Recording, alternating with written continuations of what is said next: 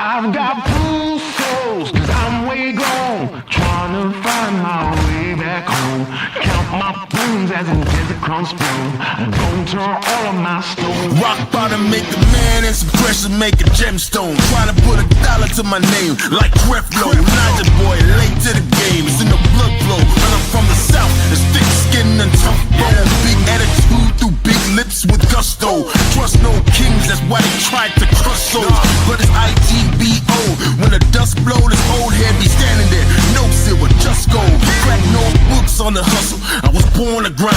Yo, scared of your potential, I'm adorned with mine. 30 times around the sun, man, of course I shine. My legacy will not dwarf with time. And in my daughter's eyes, it's basic, I must not say quit. Every day sees a present like a Rob St. Nick. Walk a fine line between tenacious and patient. I can't slip, I'm fighting clocks and they can't win. I've got blue souls, cause I'm way gone, trying to find my way back home. Count my bones as in desert crumbs slow. I'm gonna turn all of my stones. I've got blue souls, cause I'm way gone, trying to find my way back home. Who that soldier in the mirror, oh oh. I'm gonna turn all of my stones. Impeccably I flow, hardest raps you know, breaking status quo, reaping what I sow, artistry like Van Gogh. Get it from my mama, hip so thick that I need tempo. Personality spicy, body banging like a bongo. Cause black women been it since Timbuktu since Pharaoh. Sponge rollers and hot combs, lips, cheeks and brow bones. If you ain't for the culture, then please stay out of my zone. These little dummy rappers could never grace like headphones. See, I'm from a place in space where ain't no storytelling, you just had to have been there. If you want the battle, ain't no problem, say where. I got so much experience, I can't even play fair. But I'ma keep evolving and growing and hurting feelings and showing. You need endurance to go in, I got mileage on this pen. I've been busy cause I've been out here schooling all these kids. Took 3 decades to have this glow up that I did. I've got blue souls, cause I'm way gone, trying to find my way back home. Count my bones as in desert crumbs flow. I'm gonna turn all of my stones. I've got blue souls, cause I'm way gone, trying to find my way back home. Who that soldier in the mirror, oh oh. I'm gonna turn all of my stones. Turn all of my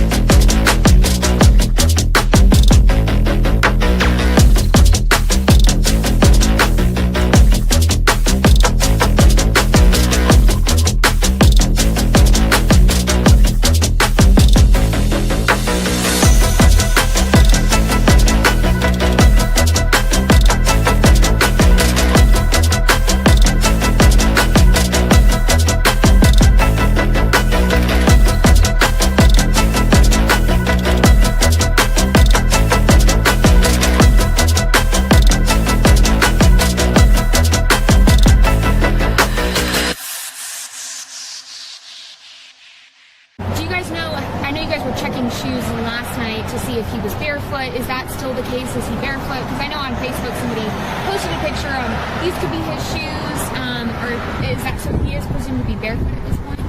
What I can say is that his mom says all of his shoes are accounted for at the house. I'm not going to say that he's barefoot. All right. Allegedly! Hello everyone and welcome back to my channel. This is Lady Freedom here coming at you with another raw narrative.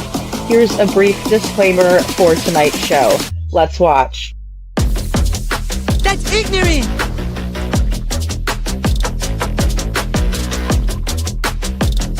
Allegedly, that's ignorant! Ignorant.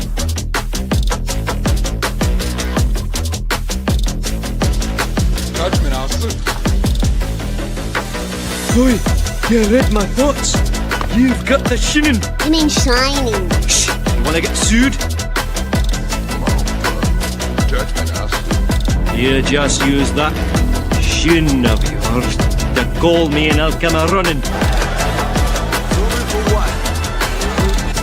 But don't be reading my mind between 4 and 5. That's Willie's time. Hey, yo, boss. I love him when he does that.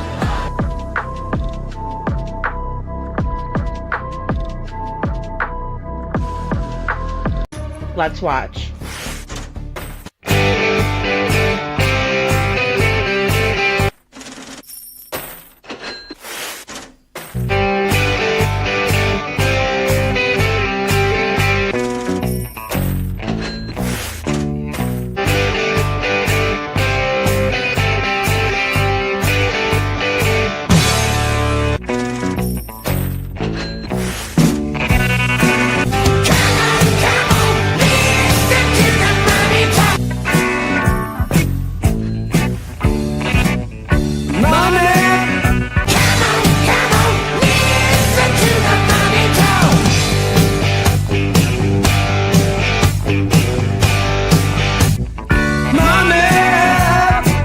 Don't get me back to good bullshit.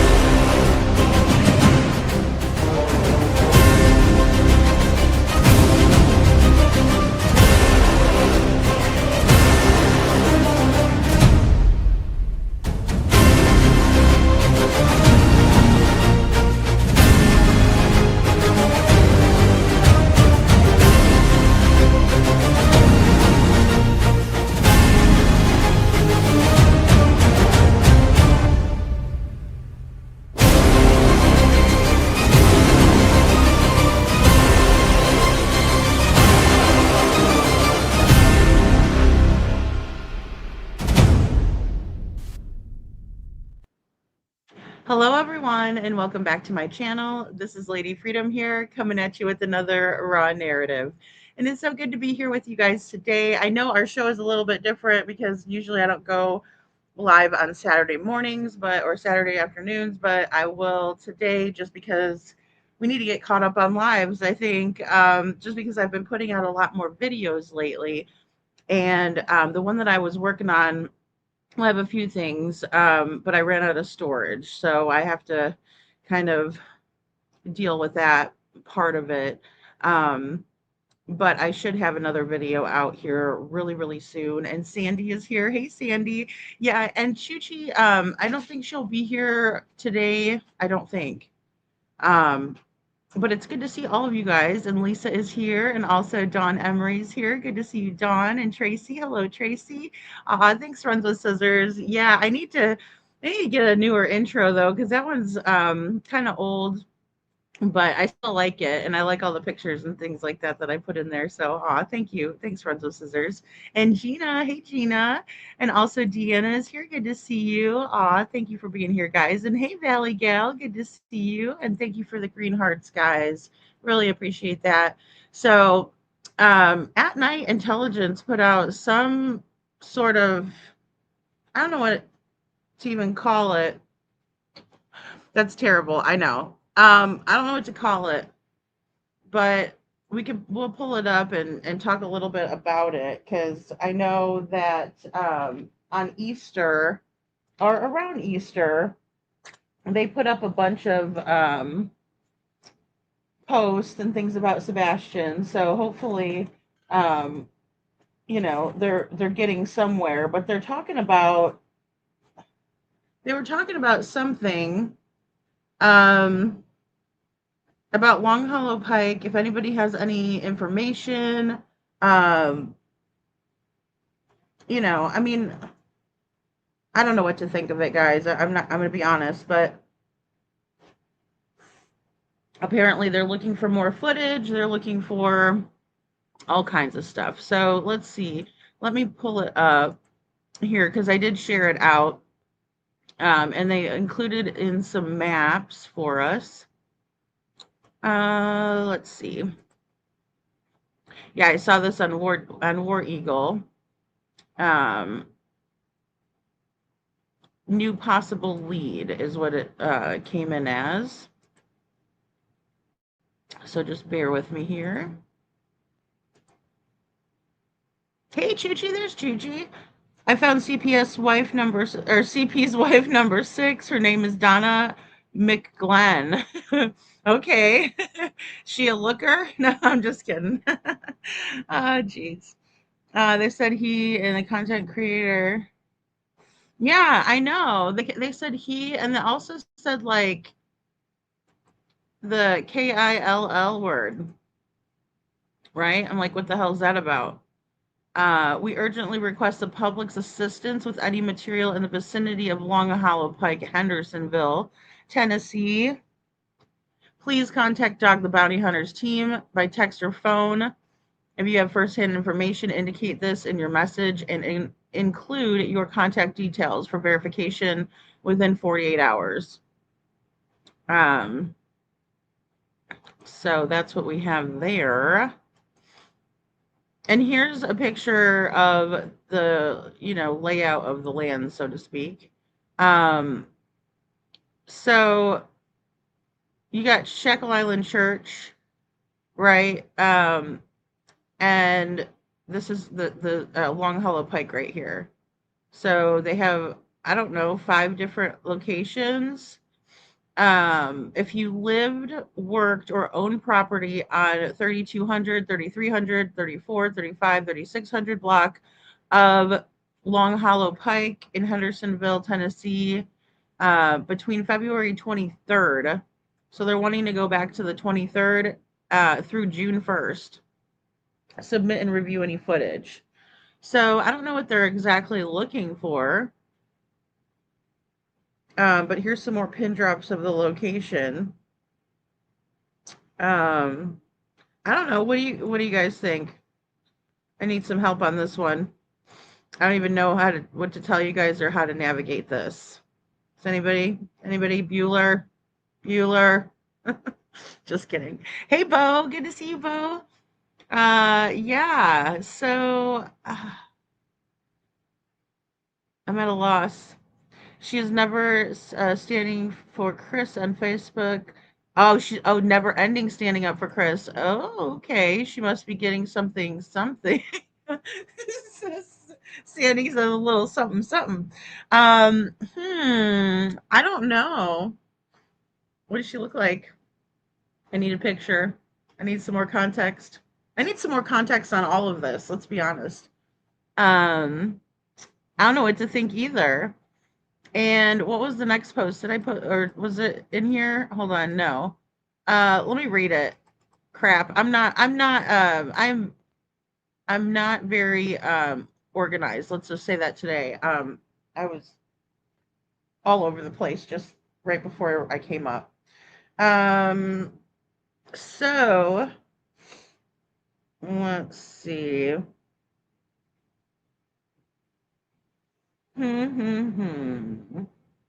Okay. One of the posts, and do you guys know who the hell Black Cube is or what's up with that stuff? All right. So on this post, this was 2 hours from the time it was posted. For 2 years, you have run. Now it's your turn to hide because we will find you. We will expose you for the low-life miscreant you truly are. If you know the man responsible for the disappearance of Sebastian Waindrake Rogers, speak now. The man responsible. I see you guys in the chat. The man responsible. Or remain silent and learn what happens when a man chooses to protect a killer. What the fuck? We will peel back your bloodline. We will take... Sorry. We will take everything you love until all that remains is dust and the cold walls of a prison cell to keep you company. Then we will devour what little is left of your commissary. If you know something, call now. Crickets. All right. Authorities said YouTubers were interfering with the search for Sebastian Waindrake Rogers, but something much larger took place. What they did not tell you is that YouTuber might be a prime, or excuse me, may be a prime suspect in the disappearance. A YouTuber stole Sebastian? Oh, Lord. At Night has tapped the retired 17th chief of the Israeli police, Rav Nitzav, Yohanan Danino, great Bambino, of Black Cube to assist in the effort to locate Sebastian Waindrake Rogers and Summer Moon Utah Wells. Right, and it's got a picture of this dude. Israeli police Rav Nitzav.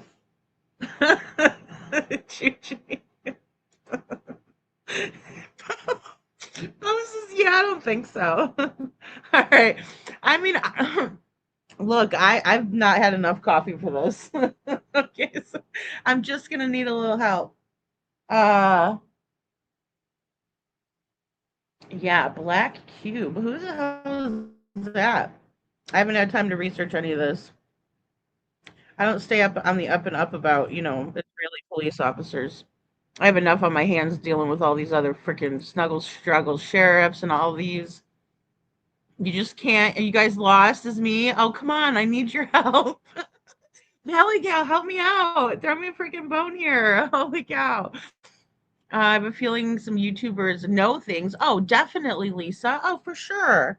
Yeah, I'm right there with you. I'm right there with you because obviously Chris and Katie have talked, and there's a lot of leaked information out there. A lot of leaked information out there. So that's why I'm like, okay, right? Let me get the map up here again, though. Do you guys know anything about this area? I was kind of working a little bit on it this morning with a friend. So they want dash cam clips, they want photos, they want security video, they want ring surveillance. They want every single thing you can possibly get them. But after 2 years, where is all the information? Yeah, I think it might be the Clue McNasty and friends, right? Yeah, I'm thinking that's the person that I went to first, right? Because Clue and Cletus, Clue McNasty and Clitoris, they both were inserting themselves early on, right? Inserting themselves in the search, inserting themselves with Chris and Katie. But here's the thing. Do you think either one of those big, dumpy, weird motherfuckers was going to get out of the neighborhood undetected? I'm just very confused. I like to follow clues that make sense to me. If it doesn't, if it's not mathin', waving at the drones, doing their you know, photo op with Chris and Katie, right? Like there's some kind of like they're meeting a celebrity down in Nashville or something. What the fuck?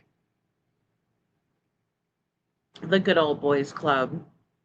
It always goes back to that, doesn't it? The good old boys club.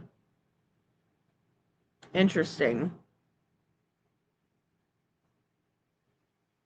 Really? The Buzzy was? Buzzy was he? Buzzy was shut down? Hmm. Wow. That's interesting. Yeah, we just want to find Sebastian, right, Chuchi? I mean, what is this? What is with this? What is going on here? What happened to that Charles Ramsey dude that was supposed to help out from Cleveland? What happened to him? Is he gone? Come on, guys, spill the beans. Let's get the juice. I want the juice. I want the juicy details. I've been out of it for a while. I'm actually trying to solve this shit. Just kidding. I'm just kidding. I'm being real ornery today. I'm being a little extra today. But I'm just, look.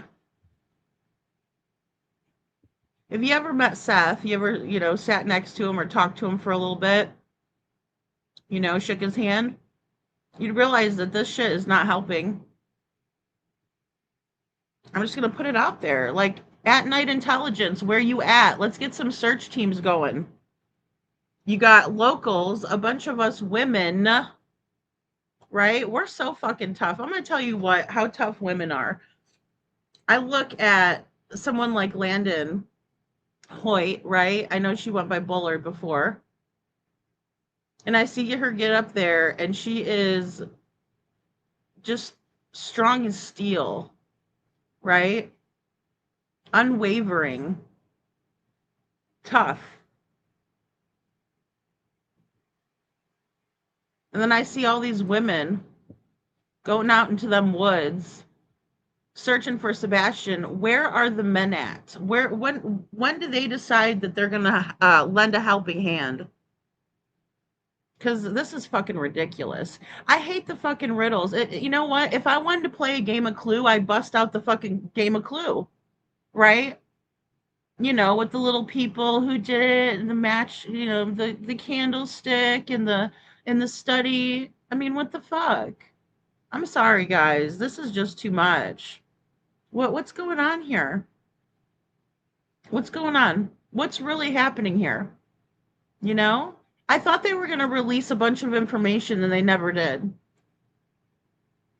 I thought they were going to release the timestamps at least for Sebastian Waindrake Rogers and Katie Lynn Proudfoot and when they were at the bowling alley, because I want to know that information. I could give a fuck about this other shit. I'm sorry. And if it leads to something, I'm sorry. But what is this? What is this? I want to know what he was threatened to do. Well, everybody's been threatened. In this case, I don't know. You're getting off easy if you haven't been threatened by anyone. Because anybody with an opinion, anybody trying to find Sebastian, anybody that's really truly looking for answers, you're going to get threatened. Chris Proudfoot, I wouldn't go to the gathering. I wouldn't do that if I were you. What do you mean you wouldn't do it if you were me? Good thing you're not me. Get the fuck out of here. Long Hollow Pike. Yeah, Long Hollow Pike. So that's the road that Sebastian lives off of. That's the road the school's off of. That's the road they were saying in the beginning, last seen in the area of Stafford Court, Long Hollow. I mean, 3600 Long Hollow Pike is that old restaurant, LH Jamboree, where locals go. It's not open very often. Oh, is it like a speakeasy or something, Gina? That's interesting. Men besides Jeff Seth in this case. Yeah, well, there was we had another gentleman who's lovely, and but this is the thing, like, you know I personally would never want to walk up on finding my child's remains, or when you're looking in the woods for Sebastian, at this point we're not looking for a person who's alive, and then they come out here and talk about and use the language of a Killer, right? I'm spelling it out because YouTube has been very, very froggy lately with content. You can't say the word. People do it all the time, but we can't say it. And I do not like that unalive bullshit.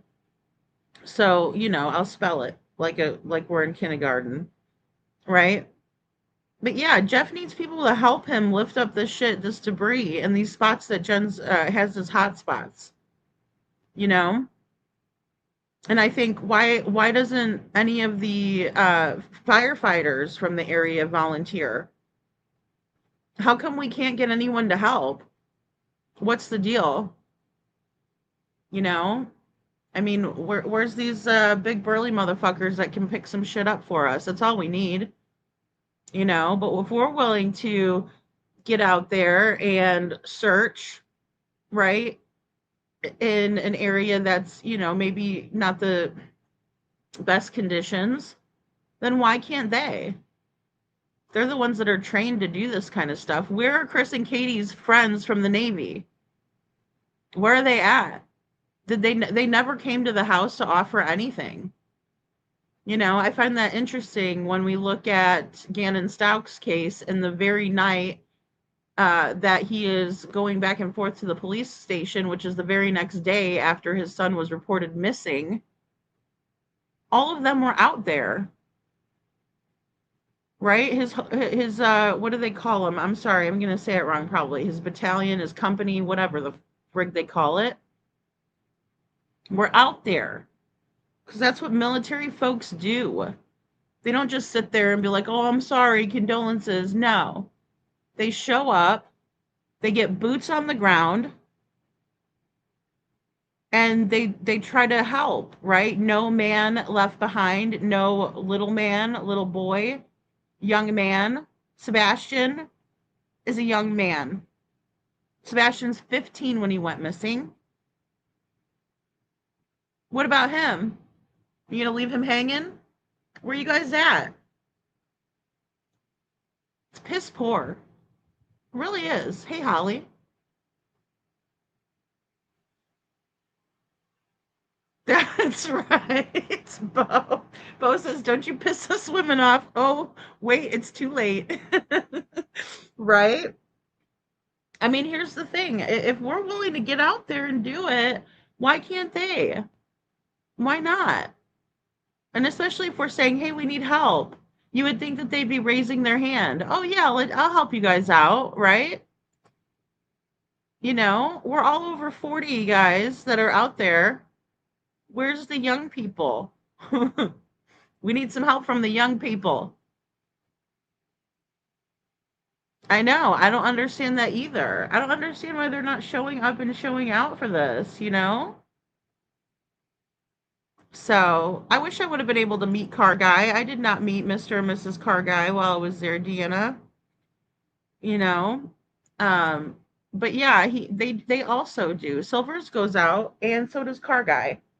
Silvers has been very much boots on the ground because I think he works around the area as well. So he's able to go out more frequently. God bless him for it. Because we need people. Like, we need people that are really willing to go out there, though, and get a little dirty. I'm talking about lifting up you know, when we talk about waterways and water systems and how they work, you know, debris gets stuck at certain points in the water.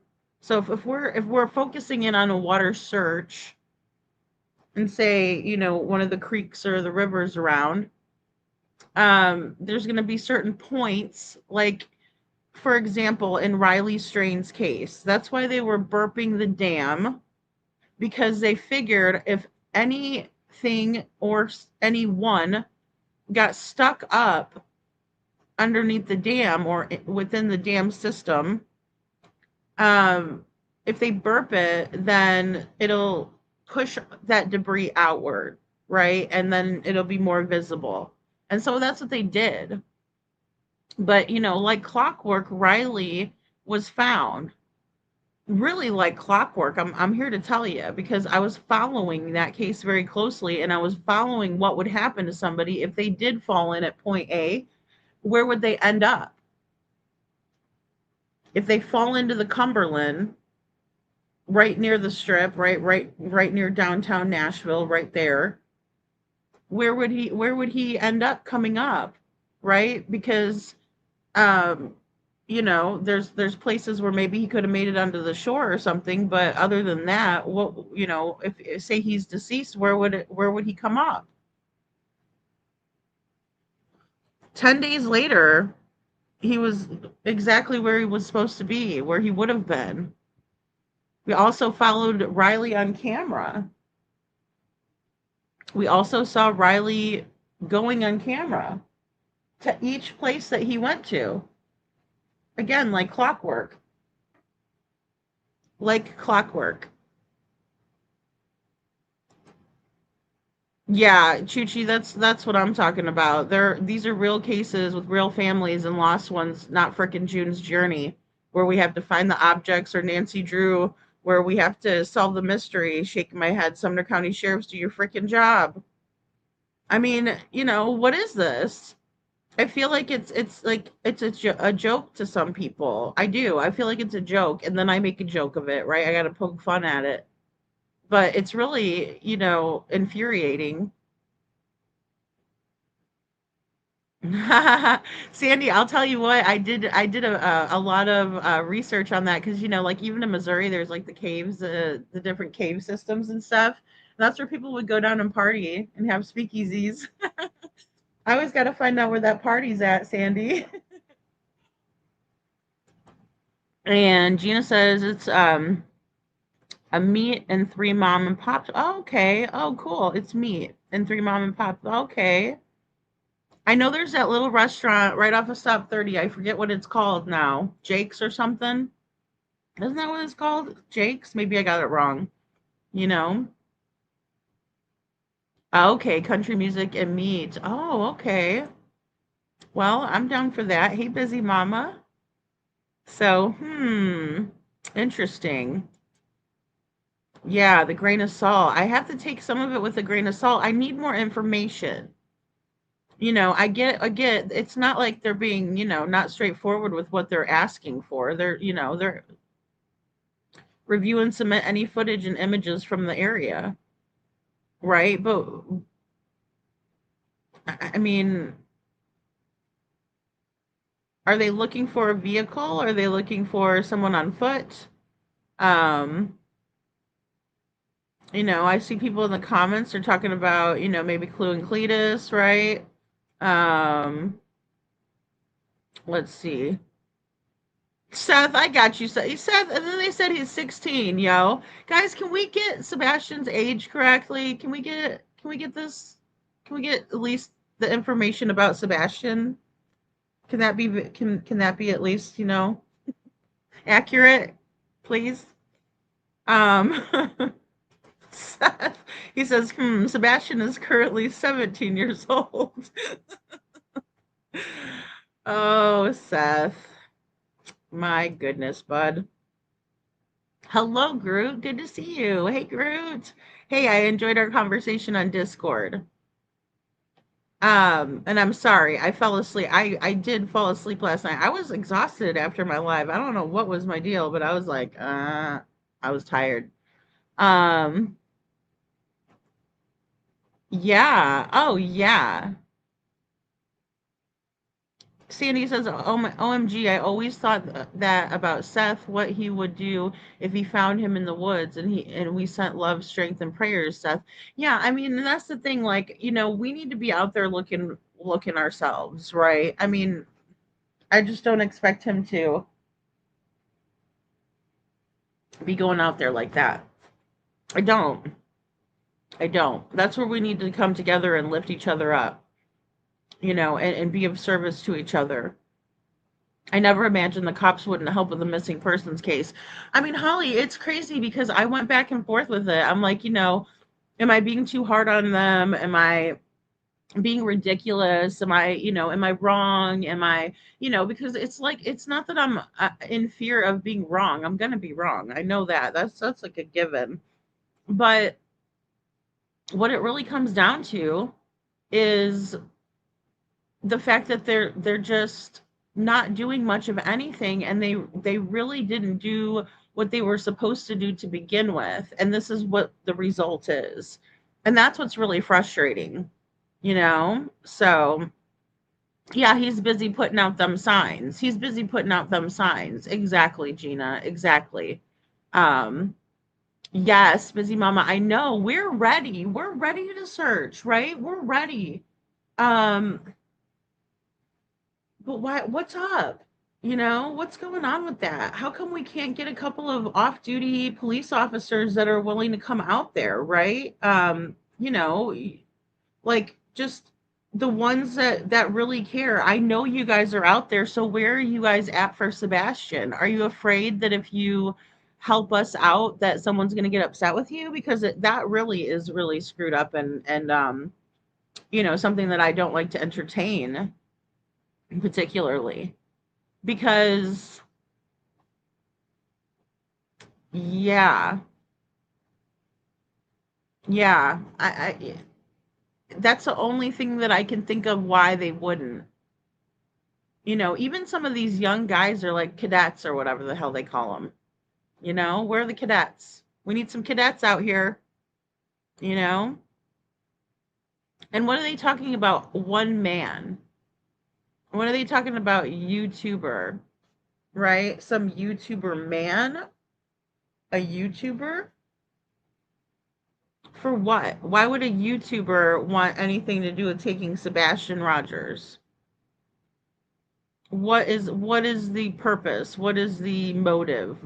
We always look at means, motive, opportunity. Those three are always going to exist in the perpetrator and the suspect and the person who is responsible. What's the motive? Because I'm failing to see it.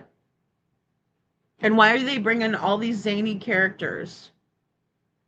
Right? Can we just have like a regular person? And who the fuck is this dude? This black cube dude, right?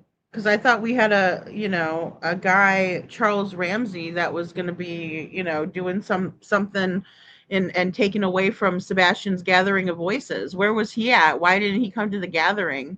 If he's so interested in the case, where the fuck is he at? I'm sorry, it pisses me off.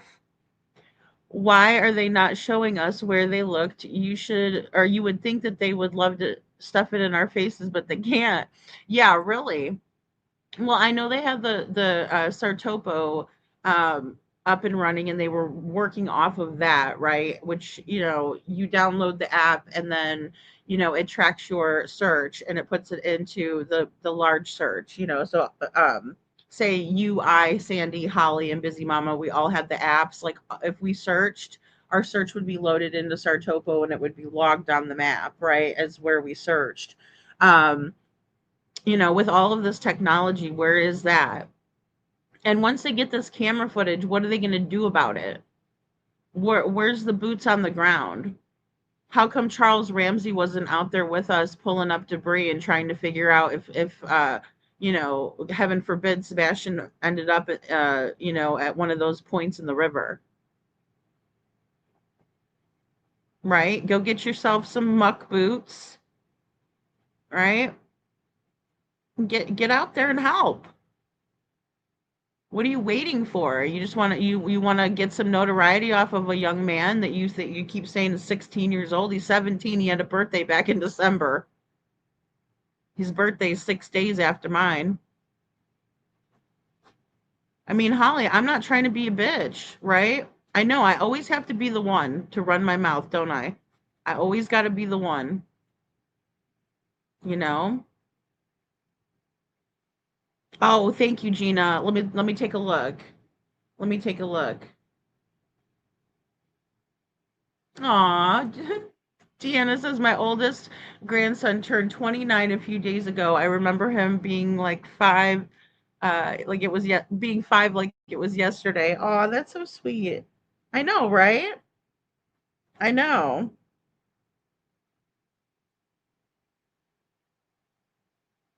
Yeah, this does seem so far-fetched.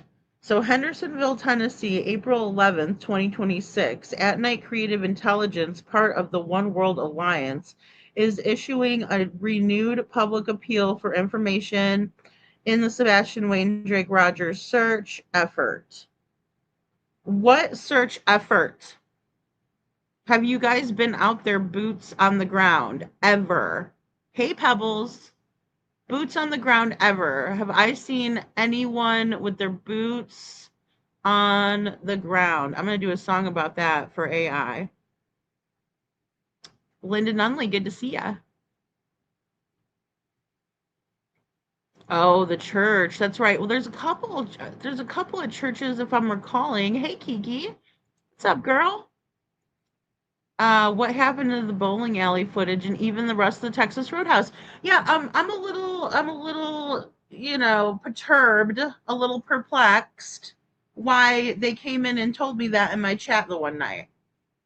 Do I have to go look at my live stream? I know exactly what I was wearing because I was super casual that day, and I'm like, oh, here it is. I'm super casual, and here's Dog the Bounty Hunter in my chat. And he sat in here and chatted with us for quite a while. If that was even him, or was that you, Nick? Hey, Yugi. What's up? You know? Like, don't fucking toy with my emotions. Don't play games with me like that. You want to come into my chat, be respectful? Don't play fucking games with me. I'm not a fucking, clown here to amuse you. What happened to the bowling alley footage is what is right. I mean, sorry, I wanted to go back and look up for that comment. Where is it? Look, I don't even care if they actually show us the bowling alley footage, right? I mean, it seems to me that Katie and Sebastian planned on going bowling, right? And Groot and I were talking about this because, and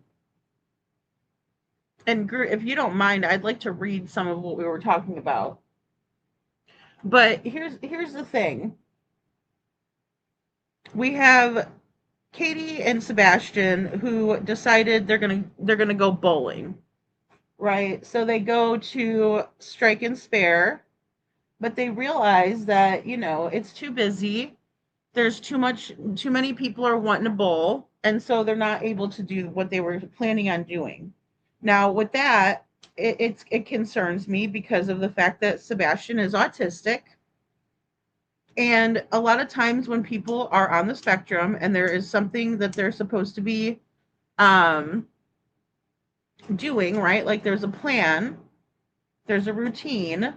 If that is not followed through on, it can cause some pretty big issues, right? It can cause a meltdown. And when we think about a meltdown, it's not necessarily like a tantrum, right? Because a lot of people in the beginning were calling that a tantrum.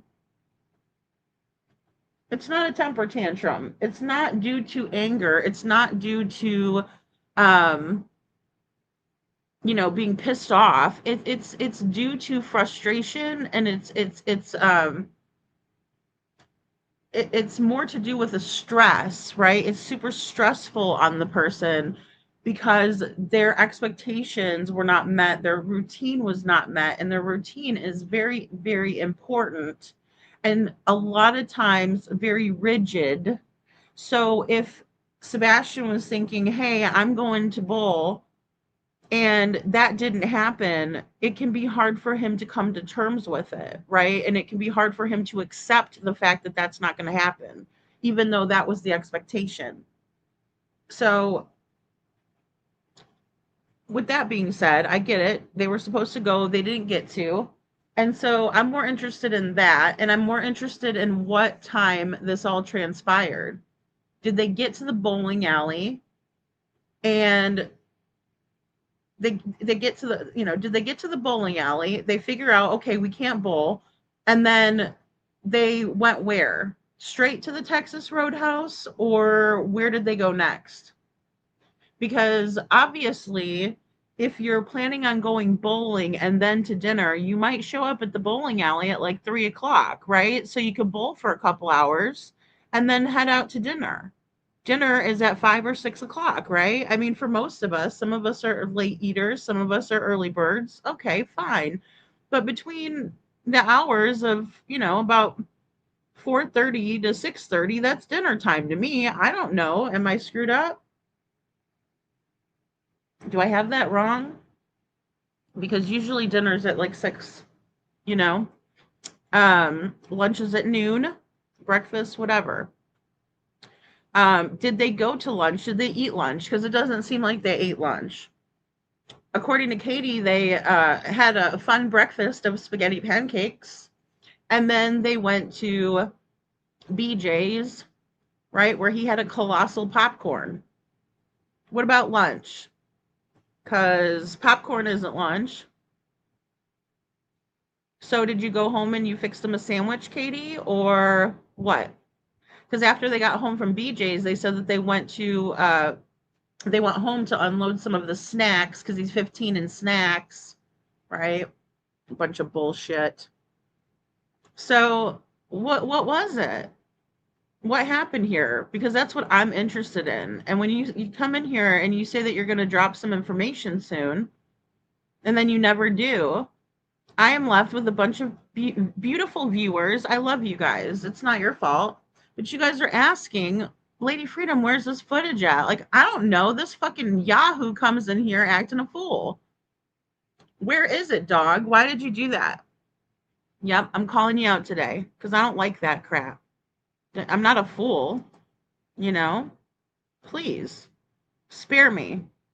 Lady Freedom, I heard that all those billboards we kept hearing about actually turned out to not exist at all. Oh, okay. I hope it's not true. I was wondering if some of the billboards were more for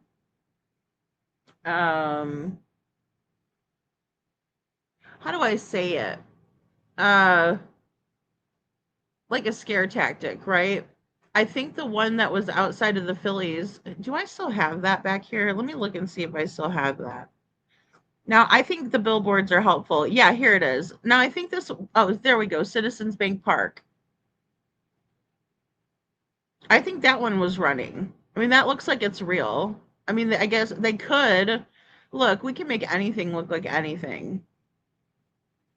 But, like all these campaigns, I don't know if these went out. Right? Because I still have these back here. Who Took Me? Right? And then I have the one for Summer. Because I was really glad that they were adding Summer onto the list. Look at her. She's so cute. I don't know, Holly. When they come around, they jerk everybody's chains. What the hell are we supposed to think? That's the thing. You can't be coming around jerking all our chains and then expect us to trust you. That's not how trust works. Hey, Marion, you got to be real. Keep it real, because if you're not, we're gonna sniff it out. We're not stupid. I know, Lori. I have no idea. I want to know what's going on, though. And don't use the KILL word with Sebastian, because what proof do you have of that? Where is the proof? I want to see it. I know, I don't know what's going on, Kiki. In my opinion, wondering if they've been a distraction. I mean, like, I get them coming in and doing a lot of what they're doing. I mean, I get it, because look, in the D. Warner case, they put that billboard out for D. Warner, and, they were let's see, what's a good word? They were kind of provoking a situation, right? Which is okay because it's putting pressure on a situation. And I'm not talking about being a complete ass of yourself and provoking a situation, like mad or anything, but putting a little bit of pressure is good, right? Coming out there, where is Sebastian? 2 years is too long, right? Do your job, things like that. That is, pushing a little bit, right? But it's not it's applying pressure, but it's not acting a complete fool of yourself. But when you're doing all this back and forth and we're going to send Charles Ramsey out for this. What? I mean, he was a guy on the news that was literally eating a Big Mac sandwich from McDonald's. He's a neighbor living next to the house where these three girls are being kept, and he was in the right place at the right time. And thank God he was there. And I'm sure the Lord had something to do with him being there and helping in this whole situation. I'm not discounting that. As a matter of fact, I did a whole, deep dive into that case because of what Ramsey was saying when he came out. Right? Because I was like, oh, I remember this case and I remember this. And I remember this girl whenever one of the girls, she changed her name now, but the one that was first taken was on Dr. Phil, right? And it was a big to-do. They were all being interviewed. The two girls were kind of being interviewed by themselves more often than the original girl who was taken. And there was a lot of publicity, and that really there was so much to that case that really could have been highlighted in terms of Sebastian's case. But of course, it's not about Sebastian. It's about them showboating. And I can't stand that shit. It's like, be real. The Ramsey guy is all for clout, and he got a taste of it with the three girls next door of him. And now he wants more, and he is where he thinks the money is at. It makes me wonder, Chuchi. I think you're correct. I think maybe he thought he was going to get a little bit more clout than he did. Because I haven't seen him, and he was supposed to go live and do all this shit, and he never did. Where you at? Where are you at? Because you look like you're clowning. I'm 32 minutes behind, but I'm running 2 times speed. Hey, Scranton. Oh, great. Thank you, Groot. Yeah, so let me get back to reading this, and I'm sorry, guys, I'm behind in chat. Screw the bowling alley footage. I want to see the garbage can because it's a chore. Yeah, I mean, look, Valley Gal, that would help us out to know if Sebastian made it home or not, or at least so we can decipher for ourselves whether we think that's Sebastian taking the trash out or not. Sandy says, I still go back to when you said maybe the thing with Katie and Green Hoodie by the cars was because she wasn't supposed to come to the car, so they had to try again at 3. I definitely think something went awry, Sandy, at the Texas Roadhouse because, Texana, just kidding. I don't think it's her. I did, but I don't know for sure.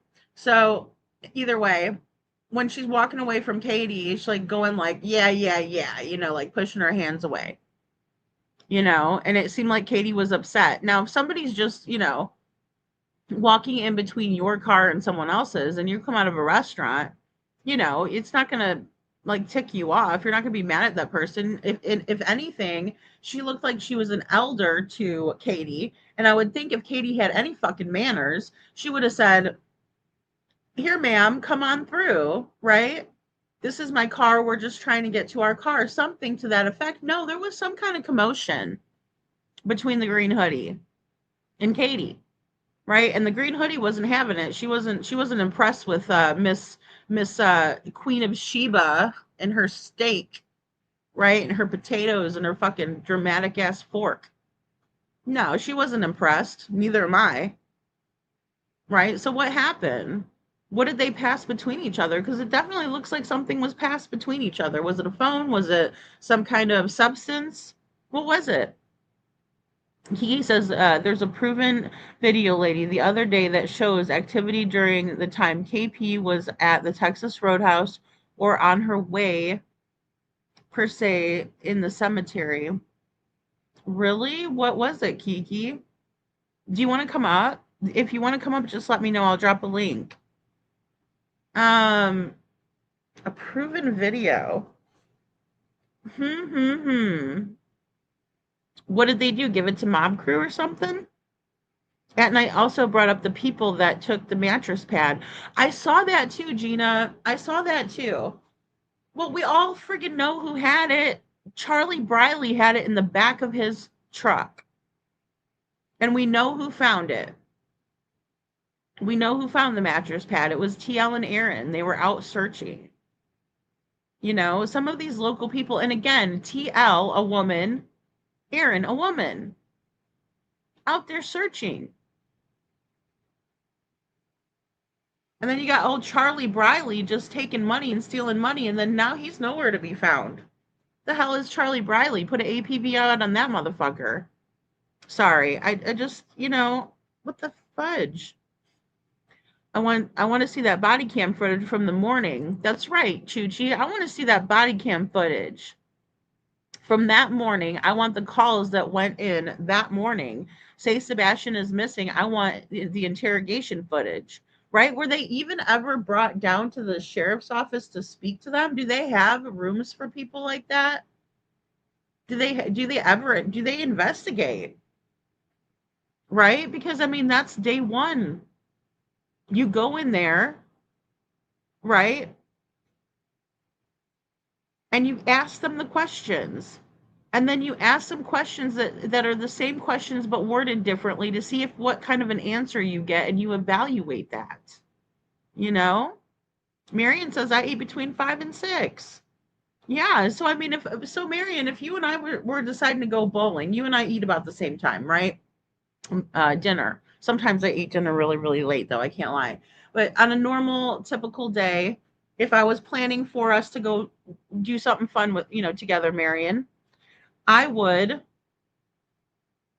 say, let's go to the bowling alley about 2:30, right? Say we're gonna eat at 6. Say let's head out to the bowling alley. I'll meet you up there or whatever. Maybe we drive over together. Because we're gonna go bowling. That's our plan for the day, and then we're gonna go get something to eat afterwards, right? So if we show up at the bowling alley and they say, look, we don't have any lanes open for you guys, we're not doing open bowl, we got leagues, whatever it is. And you and I look at each other and we're like, well, I guess we got a couple hours to kill before dinner, right? Because we're not hungry yet, because it's not dinner time yet. So what do we do, Marion? We go hit up the mall? I mean, where do we go? What do we do for that time? Do we both decide to go back home and meet each other back at the Roadhouse for dinner? I mean, look, none of this shit is adding up. It doesn't make any bit of sense to me. And again, if it was my daughter, which I don't have a son, so I only have one child, but if it was my daughter and we're like, hey, we're going to go bowling, it would be the same scenario. I'd be like, okay, we're going bowling, right? We get there, they tell us we can't go bowling. I'm going to look at her, she's going to look at me, and we're going to say, what are we going to do? To me, I might ask her, hey, you want to do something else here? It's a fucking indoor amusement park, basically. It's a big place, guys. Big place with a lot of stuff to do in it. So I'm looking at her. Well, you want to do something different, or you want to, what should we do now? Because now we have a couple hours to kill before it's time to eat. So, yeah, it just doesn't make any sense. So where did they go and what did they do? Linda Nunley says, Lady Freedoms, the autistic people have a struggle trying to understand our ways in this world. Money we should spend time understanding what they go through. Just saying, I understand what you're saying, Linda. I agree with you 100%. That's why I enjoyed talking with Groot for a little while last night, because let me read that really quick. I'm just going to switch gears really, really quick. And phones, haha, because I don't have my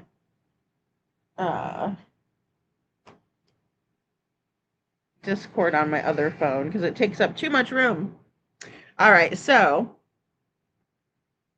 this is what Groot was saying. All right, so Groot says, and thank you, Groot, by the way, too. This is super valuable. So Groot says, as I mentioned, I'm happy to provide an autistic perspective on anything that's helpful. A few key things I will mention is, one, most autistic people will rely on a routine for comfort and security. Any changes require processing time and prepping. Any changes require processing time and prepping. It's highly unlikely that a sudden change could be made to routine without an autistic meltdown. More often than not, an autistic meltdown is not discrete in nature and draws a lot of attention. This means that getting away with doing something suddenly without anyone noticing would be much harder. And I think when we think about that in terms of Katie understanding and knowing her own son, is probably why we see that prepping at the table, in my opinion. I think if Sebastian is still alive, then this would have to have been planned and not just 24 hours before.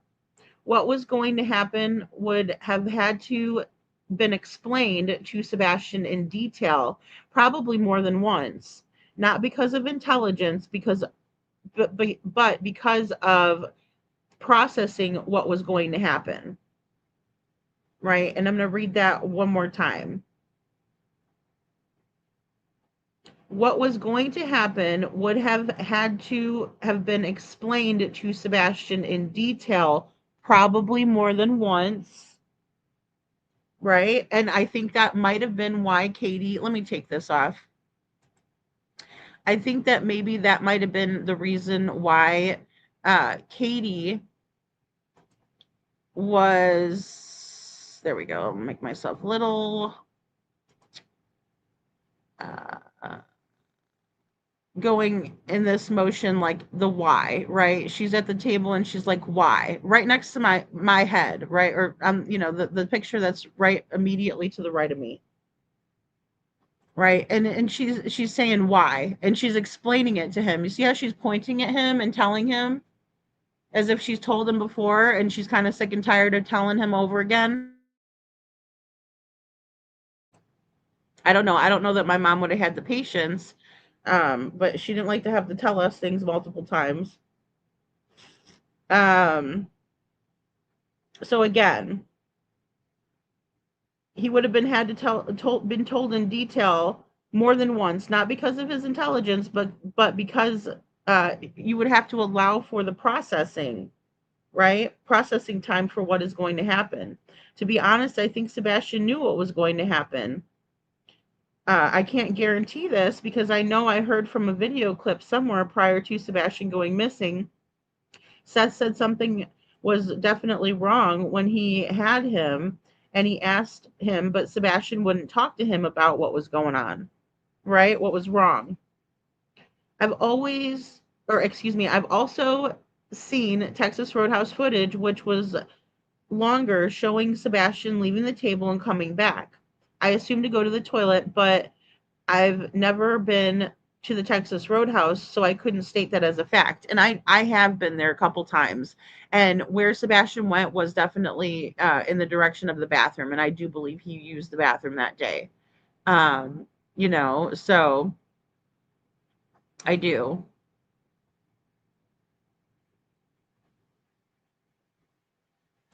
And then we talk about, but during the video, after he returns to the table, Katie is talking to him and he shakes his head no.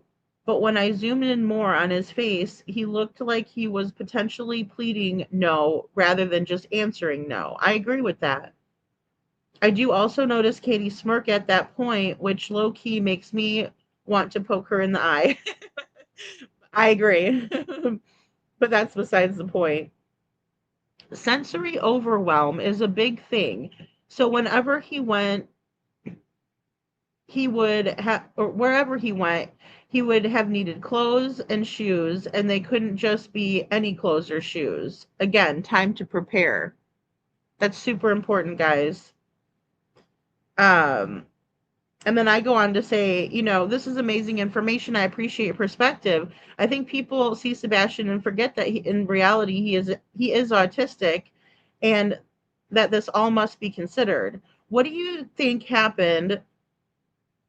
Or excuse me, I ask rather, what do you think about him not being able to bowl as planned? Right? And then Groot says, that definitely could have been a contributor to a meltdown, especially if bowling was planned and he was expecting to bowl. Meltdowns work very much like a fizzy pop bottle. Each little shake creates pressure that that when released, and that will be released when the lid is open, right? So we all know about, a pop bottle. If you shake it, right, the bubbles, it's under pressure, right? Even a little bit, you're gonna hear that psst when you open up the bottle, right? So I thought that was a great analogy, and I appreciate that. So every little shake, every little time, right? As soon as you open that bottle, I mean, depending on how many times it was shaken, how vigorously, and we attribute that to each event, right? So a little event, a little shake, a big event, a big shake. Once you open that sucker, it's going to pop off, right? So if the abuse info is factual, each instance of abuse would have been equivalent to another bit of pressure buildup. Right? And Groot says, you can imagine how quickly the fizzy pop bottle would have burst, taking into account several instances of abuse alone, let alone anything additional also adding to it. Right? And he was so quiet at the Texas Roadhouse. Like, he seemed like he got over whatever he got over, which again makes me wonder where they went after the bowling alley. Where did he have time to release that fizzy pop bottle pressure, right? Ones that have dealt with these institutions their whole life can sense the corruption a mile away. All the rest depend on corrupt institutions. Yogi, I gotcha. I'm right there with you. You know? We need the law enforcement to stand up. You know? We need them to, and we need them to act right. We don't need any more riddles and stuff like that. Yeah, some of that is interesting, but I mean, these weird threatening, like, I'm gonna turn you to dust, like, come on.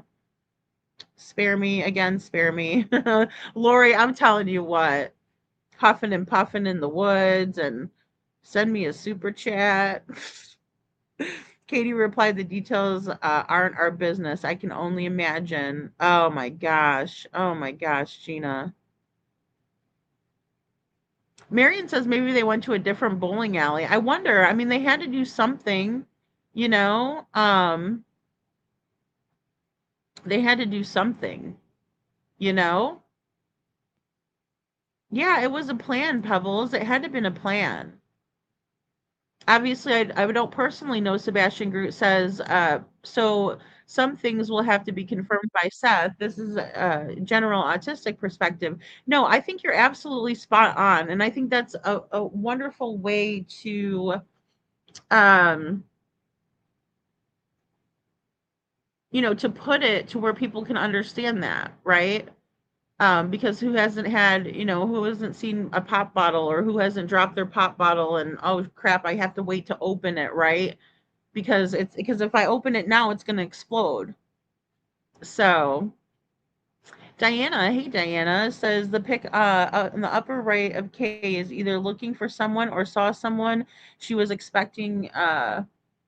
She looked uncomfortable. I'm still unsure that Sebastian ever made it home. Police have never shown that video. Why? I think that's a great question. I mean, I can't say whether he made it home or not either. I wish I could. I wish I could be like, you know what? Seth saw the video. He thinks that was Sebastian. So, you know, I mean, that's his son. But even Seth said that you can't tell. You can't tell. In my opinion, I wonder if CP threatened Sebastian not to tell Seth what was really going on. I think so. I think they both threatened him. I do. You know, and I think Sebastian was holding that, you know, and that was a very heavy burden, you know, for Sebastian to carry, right? Because he knew that if he told his dad, some of it would help, but he also didn't want to get he didn't want to get anybody in trouble. Here's the thing, when you're being abused by somebody that you love, that's supposed to love you, you don't want them to get in trouble. You don't want anything besides things to be normal. That you want the abuse to stop. That's it. There's nothing vindictive about it. It's the fact that you're stuck in a shit situation. You know, you don't want to be in that. You don't want your stepdad to get in trouble. You don't want your mom to get in trouble. You don't want them to be upset with you. Children are seeking approval. They love unconditionally. All right, so we have from at night with specific focus on a narrow but potentially critical time window on Sunday, February 25th, 2024. At Night is asking everyone who was in the near or traveling through the sketch, excuse me, well, it is sketch, or traveling through the stretch spanning the 3100 through 3600 blocks of Long Hollow Pike in Hendersonville, Tennessee, between 6 p.m. or 6:20 p.m. and 6:28 p.m. Central Standard Time on February 25th, 2024 to come forward if they heard any unusual sounds or observed any unusual vehicle activity. So they're asking from, let me put this crap back. I'm sorry. I'm not trying to be an asshole. I'm not trying to be an asshole. I'm sorry if I'm coming off like that. But here's their map. All right, 6:20 p.m. to 6:28 p.m. Central Standard Time on the 25th. So they believe that they were traveling through that area 8 minutes. 8 minutes, and that's what they're looking for. Needs the, let's see. They need to come forward if they have any unusual activity or vehicles. This request includes any account involving a vehicle that appeared to idle for several minutes, operated without headlights. Well, why would they need that? It wasn't dark yet, though. Was it? Oh, wait, no, it was. It was kind of getting, okay, it was getting dark. Yeah, okay, so I could see that. Sorry, my bad. Was operating without headlights, activated hazard lights, pulled off briefly, stopped momentarily, as though the driver was checking GPS or directions, or otherwise appeared out of place during the 8-minute period. A vehicle or sound that may have seemed ordinary, forgettable, or insignificant at this time may now carry substantial value. Okay. Here's the thing, guys. When you have a good place to pull off and do something, you're going to take that opportunity. You're not going to do it on the middle of the road. I'm just going to put it out there. I know that nobody wants to talk about this footage that Jen and I got at Stop 30 Road, but here's the deal. This is a prime spot. If I'm going to do something I'm not supposed to do, I'm not going to go to where there's going to be a bunch of cameras. I'm just not going to do that. Because I'm not a dumbass, right? Neither is Katie. She's not stupid. So she's not going to choose a place where everybody's going to see her pull off or draw attention to herself with her hazards on or any of that stuff. Let me grab it.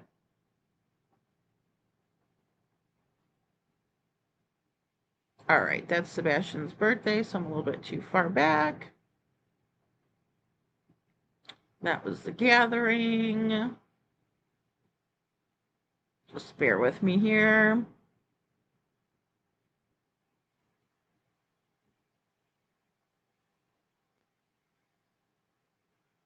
All right, here we go. Step 30 Road.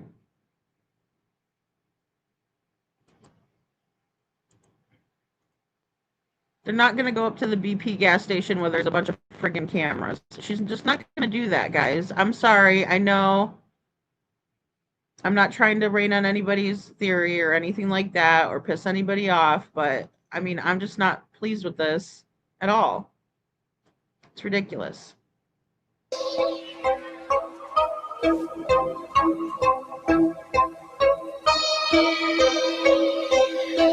that? Hear that? Yeah. Oh, there's those two weirdos.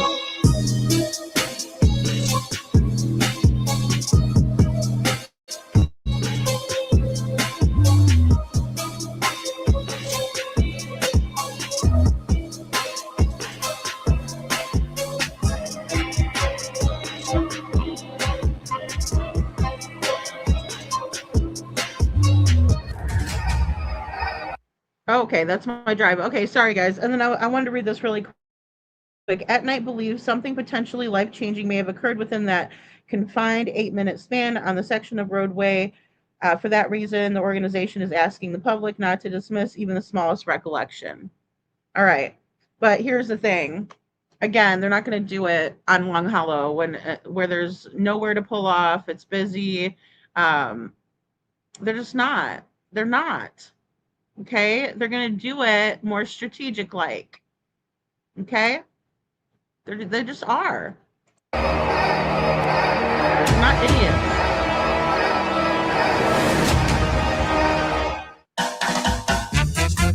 Okay, this is just us the picture. Sorry.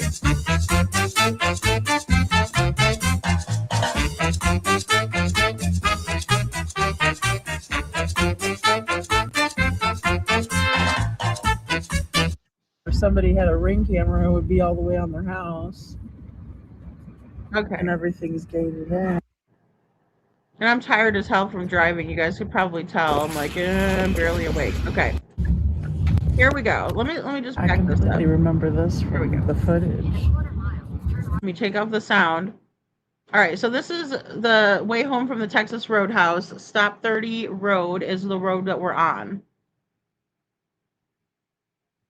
Right? And I know it's hard for people to understand what Jen does with her astrology maps, but she's spot on all the time.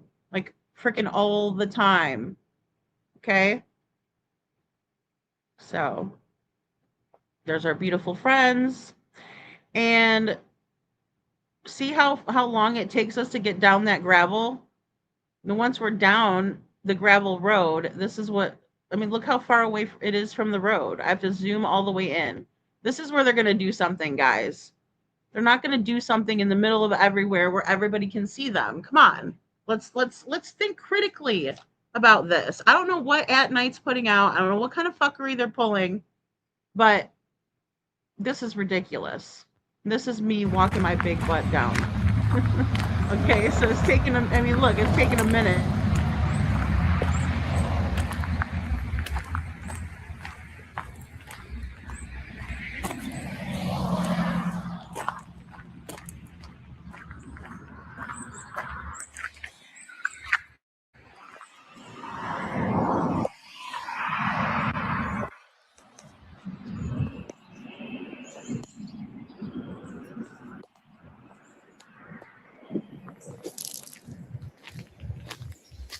All right, so first thing I do when I get out of there is I'm looking, you know, I'm walking down the gravel road, see how far it's, you know, how long it takes me to get down there. Guys, there's stuff dumped all over the sides here, all over. Then there's another gravel road immediately over to the left of that one, but it's got a gate. right? But look at all of this area, all of this woods, all of this everything. But here's the thing where I get stuck here too. Why did they take Sebastian's shoes off of him? So Katie drops him off somewhere random on the way home from the Texas Roadhouse and Jax's shoes. Why? For what? Guys, it doesn't make sense. We need to make it make sense. If it's not making sense, then it's not probably what happened. Look at all this, though. I mean, this is the spot. There ain't no cameras. Nobody can see you once you pull off the road.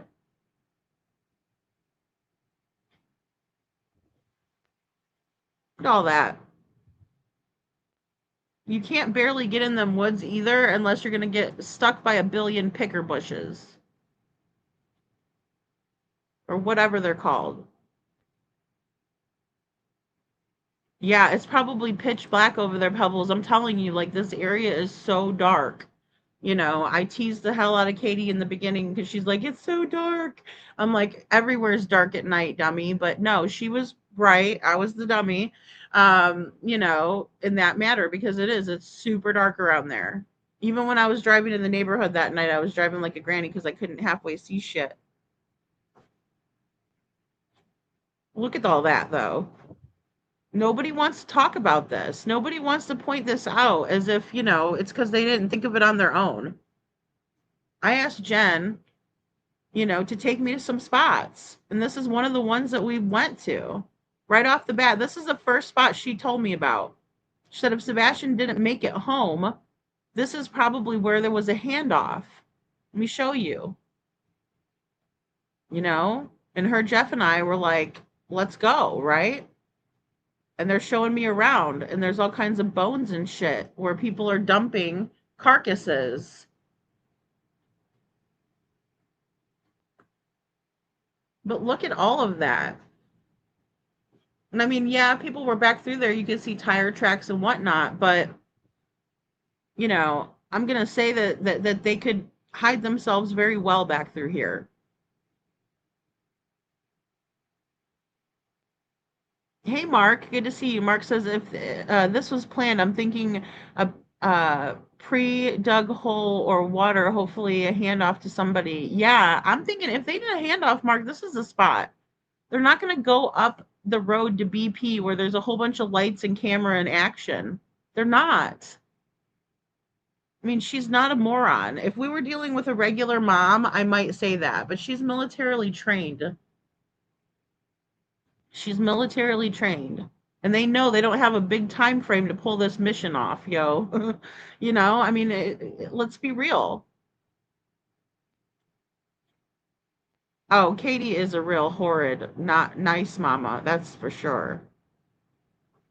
Yeah, she goes and gets well, she's, you know, she's got to look good for the cameras because, you know, I busted on her nails the last time. So maybe that's why. I don't know, you know. But yeah, I agree. I'm glad we have a lot more now. It helps to see why something isn't right, and it helps to see these areas. Yeah, and once you kind of get a lay of the land, it's so much better, Sandy, because I mean, otherwise we just don't really know what we're dealing with. I mean, we can look at the neighborhood and things like that, but if we're really exploring different options, this would be an option that nobody would know about, that nobody would see, that somebody could be waiting in another car, you know, at the end of the gravel road or whatever, or they could have hurt Sebastian here. I mean, they really could have. But again, like I said, I get stuck with the shoes because if you're going to do a quick handoff, you're going to do a quick handoff. You're not going to say, take your shoes off and I'm taking them back home with me. And then make up some harebrained story about how he left without any shoes when he's allergic to grass and doesn't like to get dirty and doesn't like the, you know, bugs. So, oh yeah, she cares more about herself for sure, Pebbles, you know. It's a good spot, Mark. It's a good spot if we're exploring other options, you know, because I do think that the activity in the neighborhood is not coincidental. And no, I don't think that they're just going to go there and grab his clothes. You know, maybe if they forgot, I will say, there's a caveat. If they forgot, to because like Groot was saying, it's important for Sebastian to have his things, you know. So, but this whole wide open area right here, there's enough places to hide, kick your lights off. Why are they not asking for information regarding this area specifically? You know, because Long Hollow Pike, there's a lot of other things that are there that, are visible. Even from the road, if they were to pull off, they would have been seen.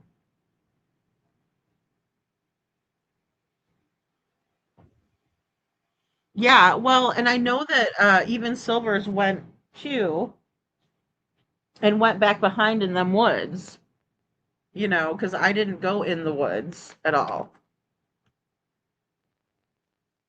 But he did after Jen, Jeff, and I did this.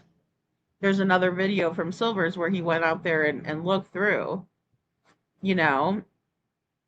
Have a good day, Marion. Thank you for being here. So, but yeah, it's just thick woods.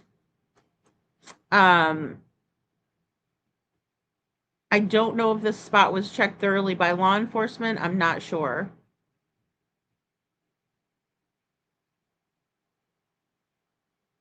I know, Sandy, I'd be a wreck. So that's a little thing that I found there, somebody's lanyard from their school. It's like Lincoln something or other.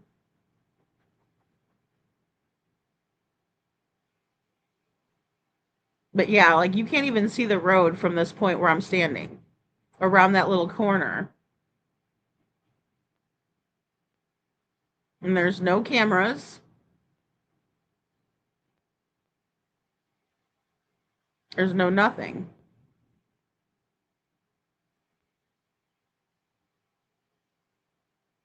And I'm just walking around.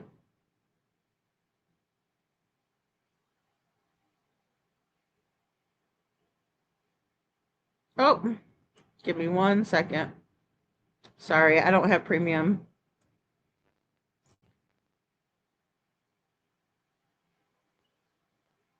Yeah, you would think they would have a camera on it, but they don't. We checked for cameras. We walked around the whole spot. I know. And see, even where I was, back to where that white car is, that's my car. Right? And then here we see bones, skull, of a deer carcass. Night shift police do checks of these type of areas regularly. Private dirt roads probably a good choice too, in my opinion. Yeah, absolutely. Absolutely, Mark. No, you're right. On the way home from Texas Roadhouse, there isn't a whole lot of that. It's mostly like those little subdivisions, and just it's not a good road to turn off of. It's a 2-lane road, it's not, or to park on the side. Somebody would have remembered having to go around somebody.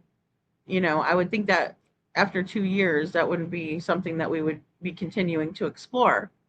But, I mean, again, we don't know. So I get sick and tired of the hokey pokey from everybody. Hey, Mama, good to see you. But this hokey pokey of, oh, if you have any information, 8 minutes, oh, da da da da. What the hell? It certainly doesn't take 8 minutes to get down through there. I need some more info.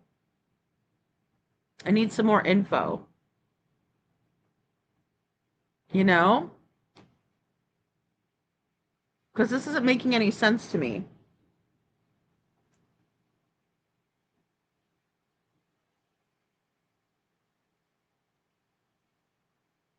LE ain't going to help after seeing what they did to Seth that day. Tells me that they're hiding evidence for the Lierfoots. And yeah, I agree.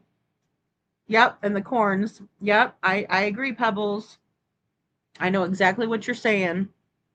I mean, look, I was trying really hard to stay diplomatic. extremely hard to stay diplomatic, but I know what I saw and I know what I experienced.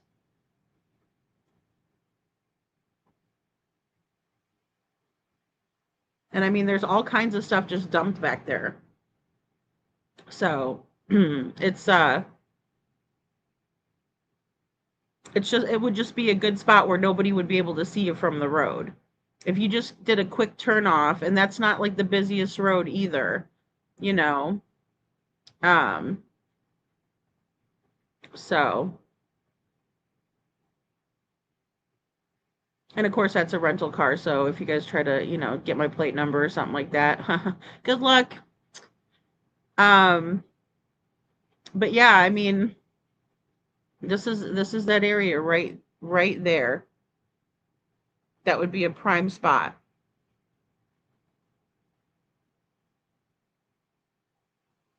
And I don't know if people are like killing animals and eating them out there. I don't know what they're doing. This is the one. Once we get a new shackle, cameras everywhere. Cameras all over, huh? Businesses everywhere. Right. The school then too, huh? Beach. And see, that time of year, there would have been like foliage on all of this. Yeah. Right. Right. True. That's a good point. We got to think about that time of year, what it was like outside, everything.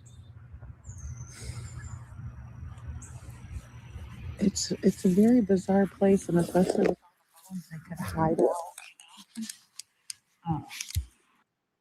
Not that I know of, Day. Not that I know of. Were any of the placements of stink feet were considered in Kentucky by chance? No, they were Missouri, Utah, the one in Tennessee, right? Gallatin, Bledsoe Youth Academy. And then there was one in Texas as well. Lady, what did you see and experience? I'm in the bushes but missed it. Hello, everyone. Hey, Tam.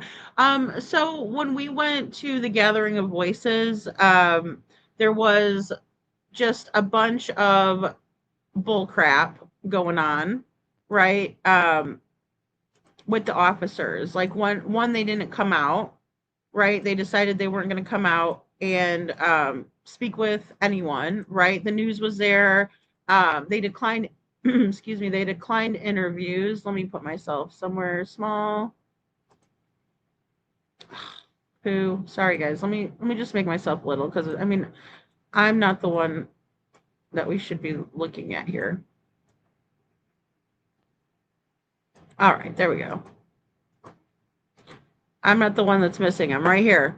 Okay, so yeah.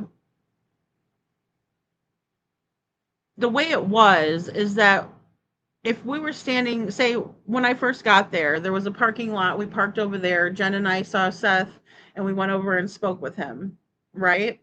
Yeah, one was in Utah, Tam. And there were officers that were walking up and down the sidewalk. And, I say hi to people, right? And so I said hello. And they just snubbed us, right? And so I'm like, oh, well, like, I don't get my feelings hurt easily, whatever. You want to say hi, fine. But it was just weird, because it was like they weren't supposed to talk to us, And another thing, too, is that if you have a missing child, you don't treat a father of a missing child that way. You just don't. Have some integrity about yourself. And so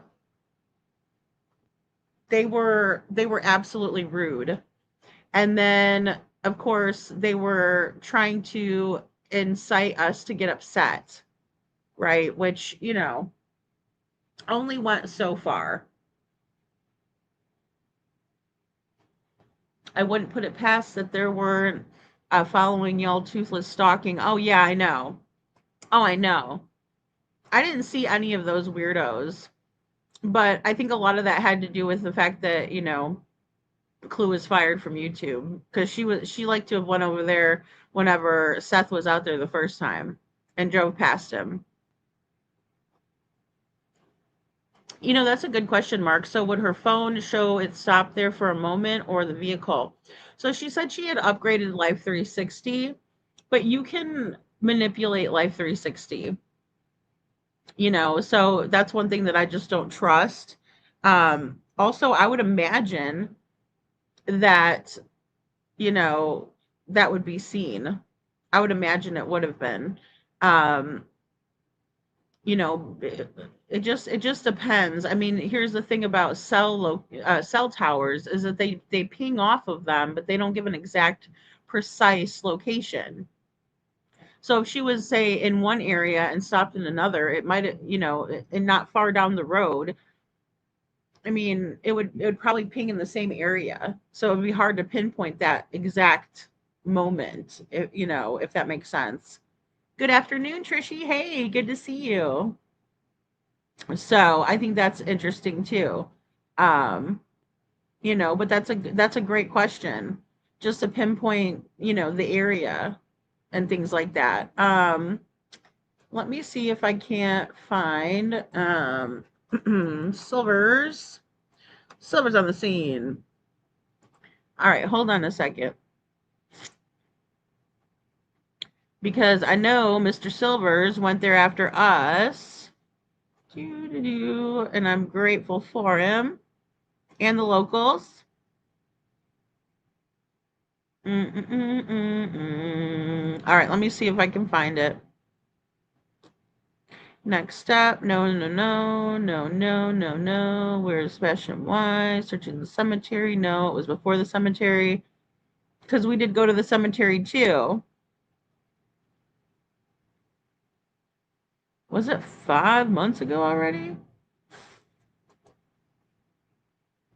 All right, just give me one moment.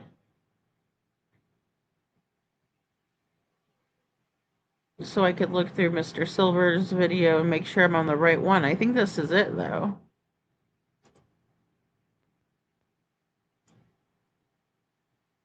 Oh my, look at me. I hit the jackpot, yo. Okay, hold on a second. Share this. All right, let's see what Mr. Silvers has to say. Whoopsies. Hold on, I want to get it in the beginning. All right.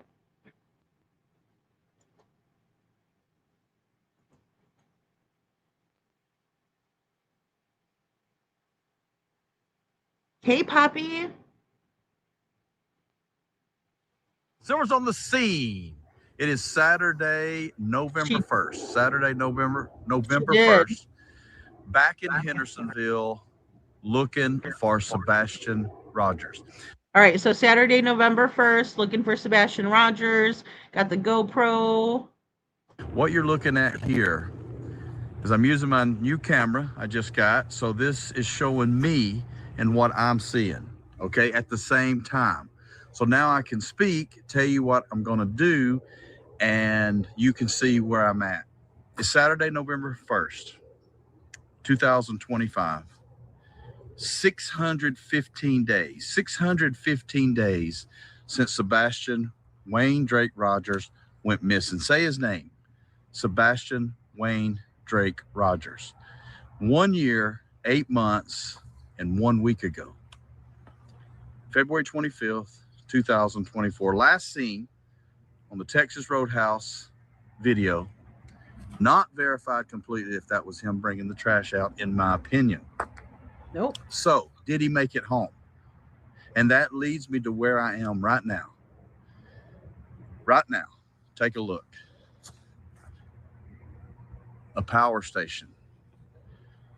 Ladies and gentlemen, this is on the way to Sebastian's home, coming from the Texas Roadhouse. The quickest, simplest, easy route to take. So, I'm going to go into these woods. I have a local helping me today. We're going to go in these woods. In our opinion, in my opinion, could she have stopped off on the way home from the Roadhouse to a place like this and either A, exchange Sebastian with someone, or B, leave Sebastian here? I think it's a very high possibility. We don't know. Could Sebastian have walked out and found his way here? It's so possible that it becomes probable. Immediately there's bones. Bones everywhere. I'm about to go in these woods right here. I'll have the camera on. More bones. What are we looking at? Oh, Saturday, everywhere. November 1st. Silver's on the scene, searching for Sebastian Rogers back in Hendersonville. 615 days missing from his home. 1 year, 8 months, 1 week.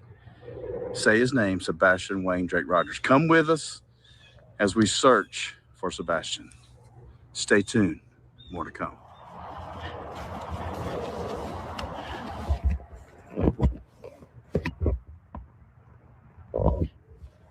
Okay, so we are 3.8 miles in one direction from Sebastian's home. We are 4.1 miles in another direction. If I pull out here and go left, I'm about 4 miles roughly, 3.8 one way, 4.1 the other, to Sebastian's home. Okay, so you see this little drive. You saw my introduction video. I am essentially, and I don't know, so it's like 6 miles from the roadhouse to Sebastian's home. So I'm essentially right in the middle. Right. It's right in the middle. Thank you, Silvers. It's right in the middle, guys. Right in the middle of where they left, where we last see Sebastian getting in a car with his mother. And then halfway there is this spot where they could pull off and do a handoff. I don't think there was an exchange of anything. I think it was a handoff, right? Here's Sebastian, take him where you're going to take him to. In my opinion, if he didn't make it home, you know, Karen, I know, that's such a good question. I don't know though. I don't know if there was a haircut between. I don't know. I don't know, because I have seen a picture, the ones on Sebastian's flyer, for instance, that's the same day. One of those pictures, he's got two different outfits on. It's the same day, and his hair looks different, as if it was taken on two separate occasions. So that's why I don't know. There's no proof of that. They need to start giving us some hardcore evidence of this stuff. Otherwise, I can't jump on board with it, right? Because I just follow the facts. Of the distance coming from the Texas Roadhouse. If I pull out here and go right, I go to the Texas Roadhouse. If I pull out here and go left, I go to Sebastian's home. So everything's alleged, everything's my opinion. This is for, information on trying to find where is Sebastian Rogers. And again, guys, this is great footage by Silver. I appreciate Silver's, because look, this little area right here, it's not very busy. I mean, you're not seeing cars zoom by, zoom by, zoom by. We're not. 1 year, 8 months, and 1 week. 615 days. 615 days. He's been gone. 4 miles this direction from his home here in Hendersonville, Tennessee. I'm back. I'm searching. I have a local with me. So there goes another car, but few and far between.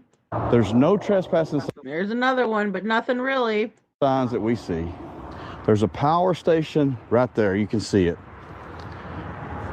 This road is this little pull-off is for, I'm sure, power plant employees, workers, the city, whatever, to come and work on this. So who else comes down here? It's very secluded. Yeah, there's homes right there across the street, but you pull in here and it's woods. It's nothing but woods.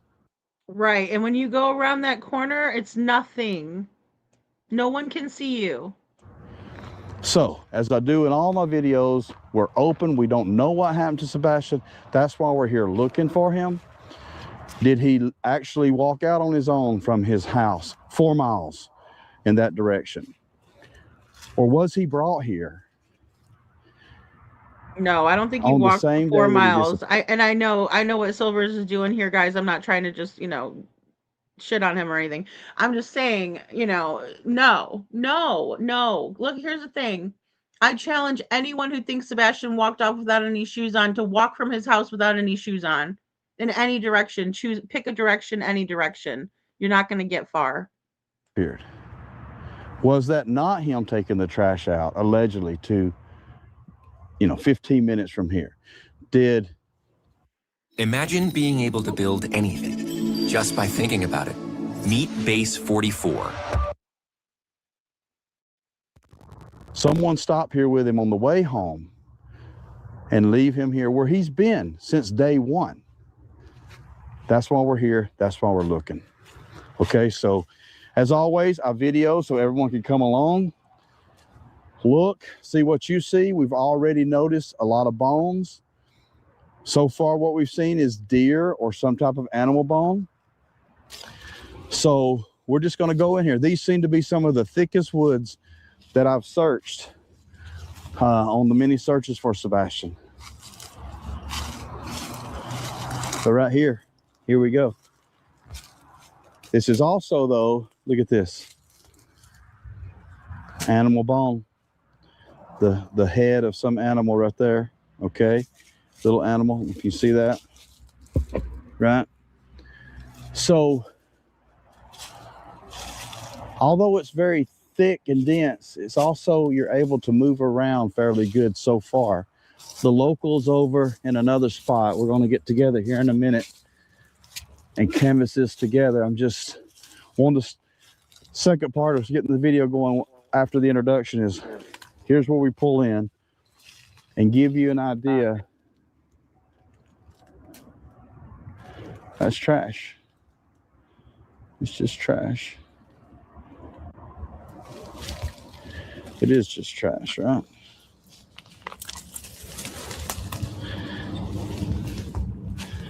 No, Okay, Valley so Gal, I never heard that. There's a lot of briars here. That's why you don't see me advancing too quickly. There's a lot of briars. I've said to people, I don't even have gloves. I left my shovel at the hotel. I don't have gloves either, so bear with me. Okay, so that's like a bunch of debris, trash, like Silver said. Pebble says, in my opinion, I think that's why they made TL go with Silvers. Maybe he's getting close. I think they did a couple of searches. I remember poor Mrs. Silvers was just so hungry, and she kept saying, "Can we go get something to eat?" like she was being held hostage. No, I'm only playing. But I mean, yeah. That's a good question though, Pebbles. It is. I think it was like 2 or 3 searches that they did. And hello, Gigi. And Sandy says, I still feel he will be dropped off somewhere and they will go get him and say they found him. I see it so clear. I can feel it and I pray he's found. I do too. I'm praying with you, Sandy. Yeah, I mean, I think that would be the best case scenario, Yeah, he's been out there several times, Mama. Several times. And like he's saying, those briars, I always call them pickers, but like briars or whatever, they are fierce. You can't go through the woods without getting snagged on one of them. You just can't. You're either going to snag your clothes or, even your hand. Yeah, they're full of them. It's just a pile of trash, I believe, but I wanted to look in here and see what this might be. Yeah, this is just as we've seen many times, just trash that people dump. There's a main road right there. A pillow.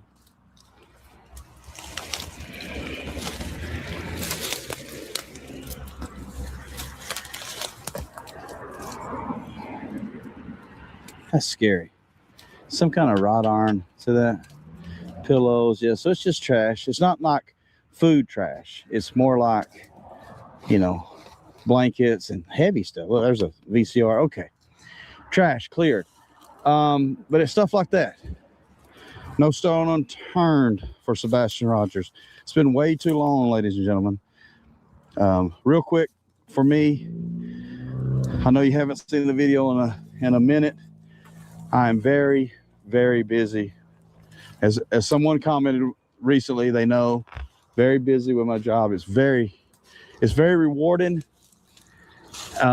and I'm enjoying it, but I'm very busy. Very, very busy. So it's rare to get this moment that I can get out here, actually boots on the ground and look. And it was difficult to find a spot. I wasn't sure where to go today. Helped with the local and others. Thank you for your comments and your emails. Keep sending them. Together, we're going to find Sebastian. We're going to bring him home. So this just, you know, I'm starting to, if you watch the mob crew, Chris is great. And as he's mentioned before, and I think I mentioned on my last video too, starting to believe maybe he didn't make it home that night. In my opinion, allegedly, maybe he didn't make it home. And if he didn't, could he have been handed off to someone? Could he have been, I don't want to use that word. Could he have been left in the woods for someone to find later and it make it look like he walked out of home? And so I was going to walk Drake's Creek south, and I probably will one day, further south than I've gone, but I had to check this spot out once someone brought it to my attention. So I'm not going to give the exact location. If you're from here or you're looking in the area, you'll know where I'm at. It's a power station. I'm halfway between Texas Roadhouse that direction, his home in that direction. Was he ever here? Is he still here? Was he never here? We're going to see what we can find out. And there's a lot of area here. Okay, stay tuned. More to come. So, local and I noticed from our car when we were coming to this area to see if we wanted to be here, this, right? And it's deer, okay? So we got deer bones. But look how white and bright. Easily can see them, right? They're at my feet. And you see the head right there of the deer. You see the antler of the deer. So we got a deer here. But, you know, from the car, you don't know, right? You have to get out and look. And that's what we're doing. This is so thick with a lot of briars. So thick. Okay. Yeah, deer. You can see the antlers.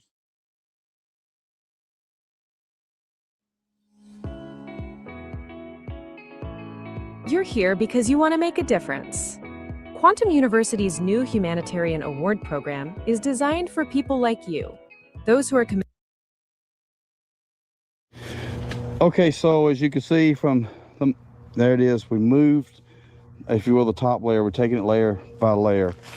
And you're not seeing me rush in because I do not have gloves on. I don't mind getting hands dirty at all. It's just want to make sure what I grab is not going to sting or bite me. But there's, you can see it right here. There's a metal right there. There it is. It's way over here. Okay. Okay. Now, the first thought is, oh my gosh, see there? Imagine those are red. Look how red. They're on fire. Those are called fire ants. And they will sting, they will hurt. Okay, so that proved my point. That proved my point on the gloves, didn't it? What? That's right. Okay, so most likely local. These are stuff left over from my house, okay?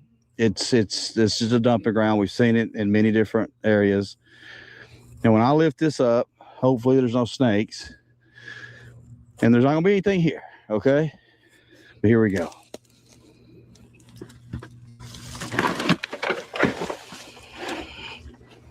I got all kinds of, there's several pieces here. So it's starting to look, oh yeah, you can grab it. It's starting to look more and more like it's just a dumping ground, but we're going down to the, okay. Okay, and I have to agree here because you can see that wood's all rotted out, and I think it's strange that he found a big bunch of fire ants. And again, this is the reason why Sebastian would never knowingly, willingly go without his shoes on. He knows about the fire ants. He's had an experience. Anytime we've had a negative experience with anything, any of us, it's going to deter us from, making that same mistake twice, right? Unless you're a moron. And we know that Sebastian's not a moron. Chris and Katie, but not Sebastian, right? He knows. Hey, Dan, he knows. He knows that it's not safe for him to walk around without any shoes on because there's fire ants, there's bugs. He doesn't like bugs. If you get one of those ants on you, just friggin' shake it off quick.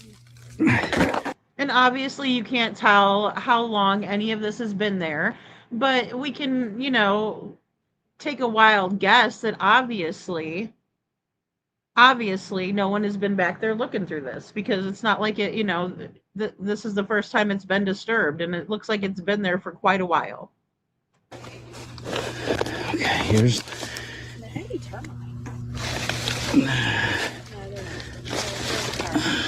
a lot of stuff that matters. Yeah, it is. Let's get that over there. Don't matter where it goes.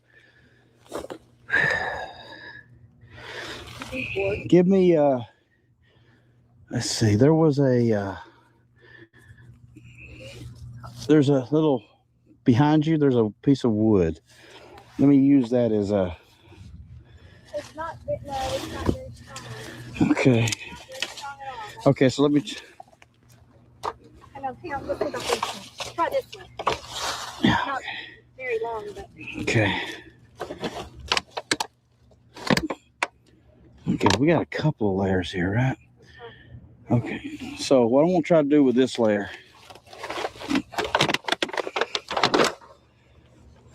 is that what that's called? Corrugated metal?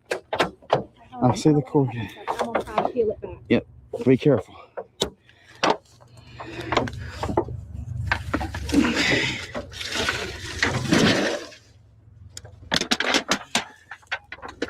Look how clean that is. That's beadboard. That's going to be wood. It looks just like dirt. Dirt. Okay.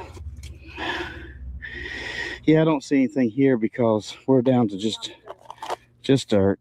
Unless this was something's buried here and then covered up with this, but I don't think if you're going to bury, you're going to cover all this up. I just think this is a waste dump for people who don't want to pay for the,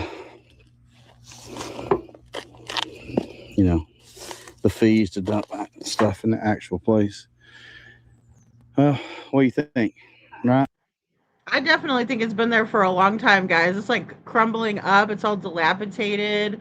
It's been there for a while. Again, we can't tell exactly how long, but it's been there for quite a while. And this is a big dumping ground for things, for people, so I know, Lori, that's funny because I do. Sandy said, I'll still swim in the ocean. I mean, it doesn't matter how many times they tell me there's a shark attack. I still go swimming around in it, so I know what you mean. That's funny. But I mean, most of the time you're going to kind of avoid those situations. Oh, thank you, Tam. I appreciate that. Yeah, I just can't verify that haircut, guys. I'm not saying that his hair didn't look,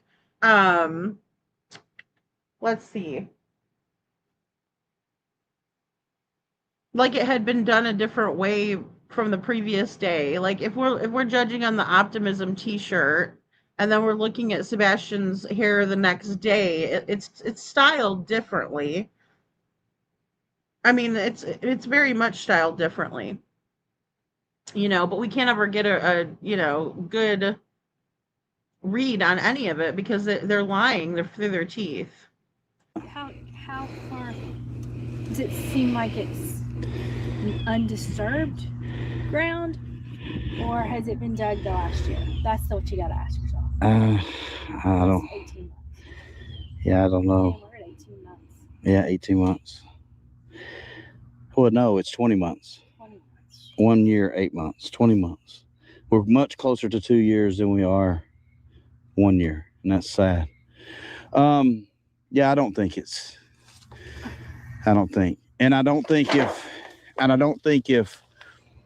we're following a theory of on the way home, something happening. No, There's not. Been covered up after the fact. Yeah. And it would have had to be, a lot of people's ask, could a mother, for whatever reasons, just decide, this is it, because something had been said in the car, and that was it. Pull in and something bad done.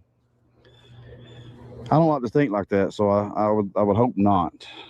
But you have one who drove their 2 kids into the lake, one who, rightly so, found not guilty, but everything looks like was guilty. So it can be done. Sebastian's much older, 15 at the time, now 16. Okay, so this is back November 1st of 2025. Sorry, almost lost it there. So he's right about to turn 17. Sebastian is, that is. And I know what you're saying, Pebbles. The picture looks old when he was younger, like from when he was younger. And okay, so let me see here, because I have an overlay, I think, of it. I might have to take this down right quick. Let me see. Where is my optimism of Sebastian? I know I have him back here in the optimism T. Oh, here we go. Okay, so this is not an overlay. Let me take this off the stage real quick and get my big head out of the way. Just bear with me here. There we go. Put me over there. Okay, so when we're looking at this haircut, but I can see how this haircut could be swooped over. But I know what you're saying. He looks younger, right? Because then if I take, and I do have this on overlay, boom. So there's Sebastian at the Roadhouse. Another one of Sebastian at the Roadhouse. Oh, this one's got him in that same. So there, I know it's hard to see without a side-by-side.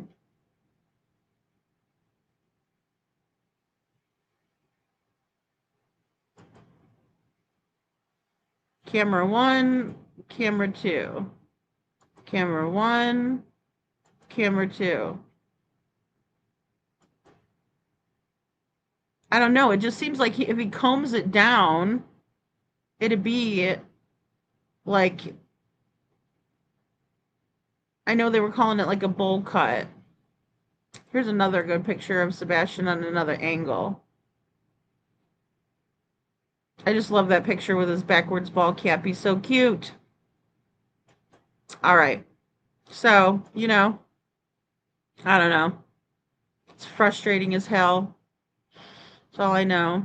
But I see what you're saying, Pebbles. I think he does look younger in the other picture, and we've always kind of said that, right? Like, where's the pictures of Sebastian, that are recent? Laura, hey Laura. Laura says, look at the one from the bowling alley that day. Oh, you're talking. Oh, shoot, I don't know if I have it. Let me see if I can't pull it up. Let me bring Silvers back in, because this is really interesting where they're searching. Let me get this back up and see if we can find it real quick. So although we can't think of it happening, it could. That's why we're here. But that was a good find there. Yeah, I just don't see. And I hate to say this. I don't hate to say this because it's not about Sebastian. It's about others.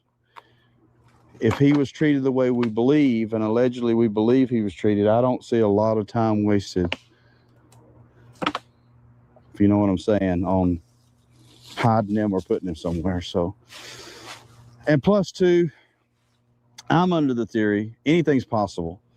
that he would be laying somewhere out here as if he walked away. Think about this theory, okay? We just left the roadhouse. He walked out that night. Was he going back to the roadhouse? Was he walking back to the roadhouse?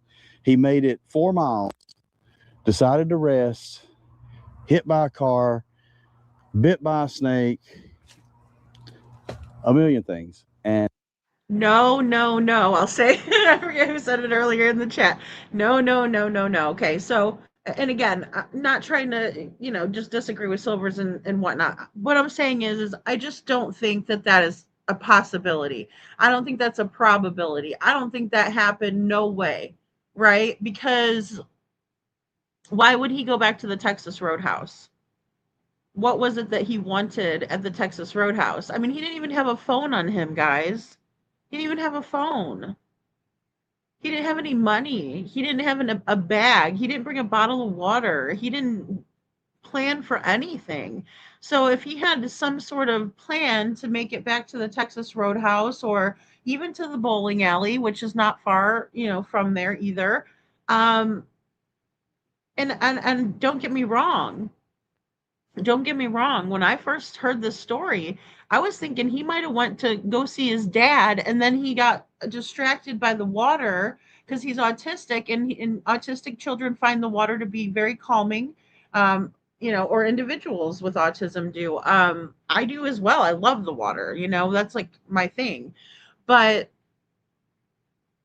it always has been ever since I was little. But it just thought maybe that would happen until I knew who Sebastian was, until I realized who we were really searching for, right? But my way of thinking was he went to go see his dad.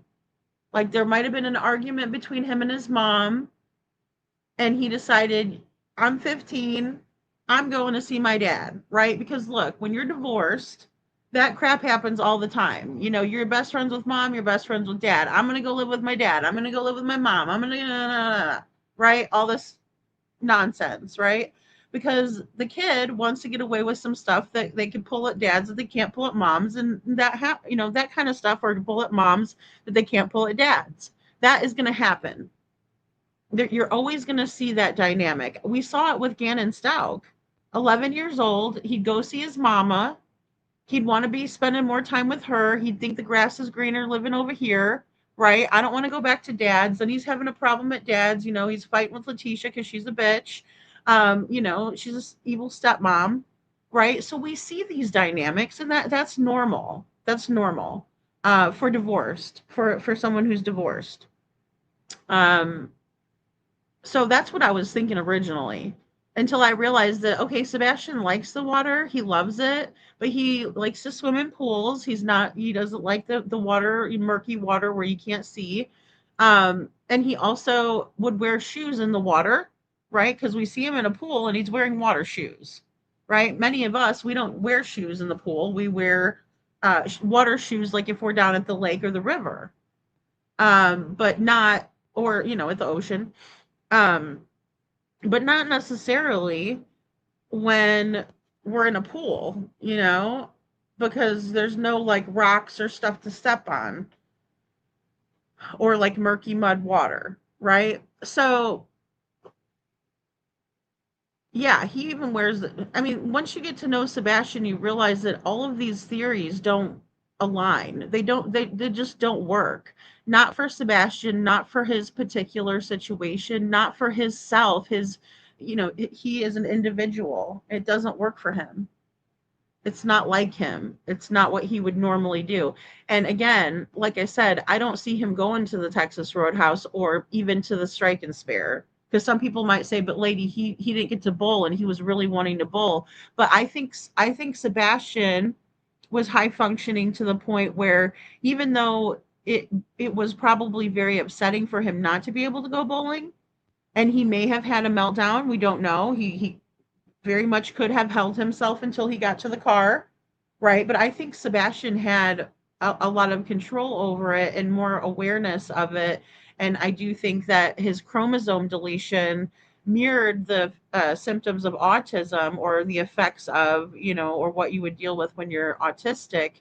And so he kind of learned to cope with those issues, even though he had a late diagnosis, right? Because he was always trying to emotionally self-regulate. And here's the thing, just because he was diagnosed with autism late, that doesn't mean that he didn't have it his whole life, because he did. If he was diagnosed with it at a certain point in his life, that means that he had it the whole time. But nobody knew how to help him, right? But good thing that with the chromosome deletion, which was already known about, it mirrored the symptoms and it was the same. And so they were able to work on those things already. Lisa, I know. I can't believe we're here. I really can't. I cannot believe we're sitting here talking about Sebastian still, looking at a shot of the woods. I mean, that's where Chris says he is. You know it? Thank you, Gigi. Prayers and love for Sebastian and Seth. That's right, Gigi. Thank you. And say his name, right? We're watching Silver. Say his name. Sebastian Wayne Drake Rogers.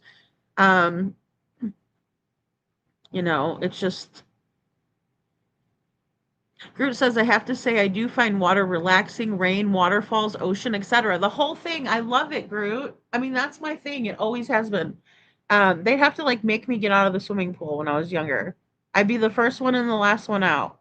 I'm like that with all water, and I'm not autistic. It's just, I find it calming, relaxing. I love it. I love the sound of it. You're right. Everything about it.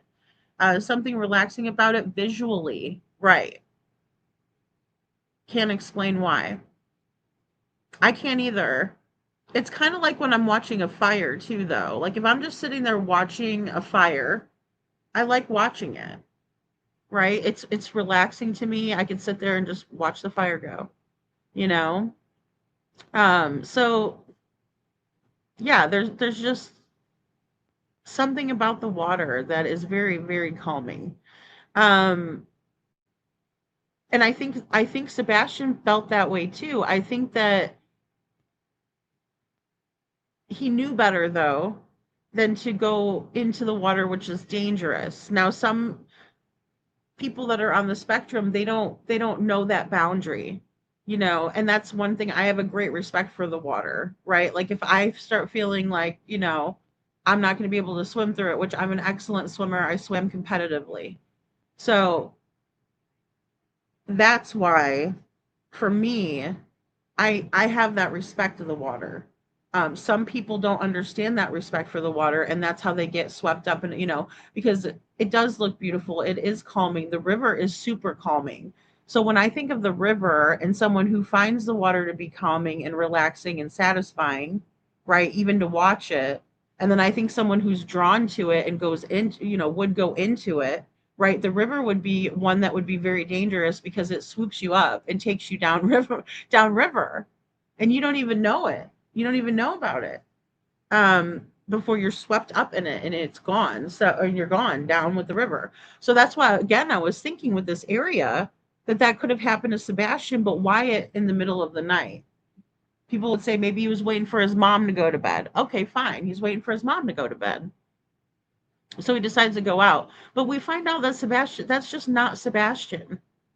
And he certainly wouldn't go without shoes. Lisa King says, poor Sebastian, he never thought his own mother would betray him. Lisa, that's what's the saddest thing when I look at the Texas Roadhouse. I could cry just thinking about it. How attentive he was, how loving he was, how he watched his mother like a hawk. He always wanted to protect her. And she betrayed him to the max. And he laid down and moved on. So anyway, what do you think? Move on from here? Okay. Should be able to come out right here pretty good, I think. There's a big open, I've seen it already, big open area right up here. Now, when I was going through those, that thick woods here too, it wasn't as bad as I thought. You just move right through them. The briars are the biggest thing to watch. So I say what we do here, if you're good with it, why don't we conduct like say we had 10 people, right? It'd be much easier. But if we were all arm in arm and walked this, so why don't we kind of do just a, you know, maybe you're here and I'm here, and we just kind of do a, because we got boots on, we got pants on, I think we're good. It's not even that high, but just, this is open land, right? I mean, it's like, what easier way than to lay someone here and go on?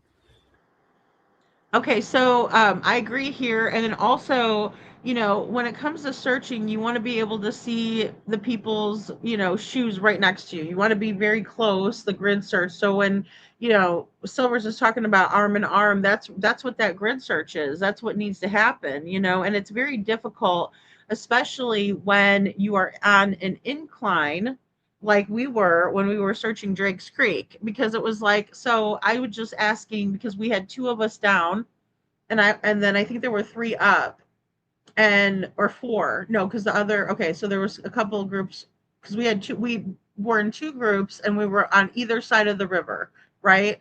Like they went to the far side of the river, we stayed on the closer side of the river. Because I'm not good at, you know, forming these searches. This was my first one. And so Jen and I were working together on that and trying to get everybody. And before I knew it, our friend NorCal was like texting me. I'm like, oh my gosh, we're right here. So but yeah, it was you know, an amateur search, right?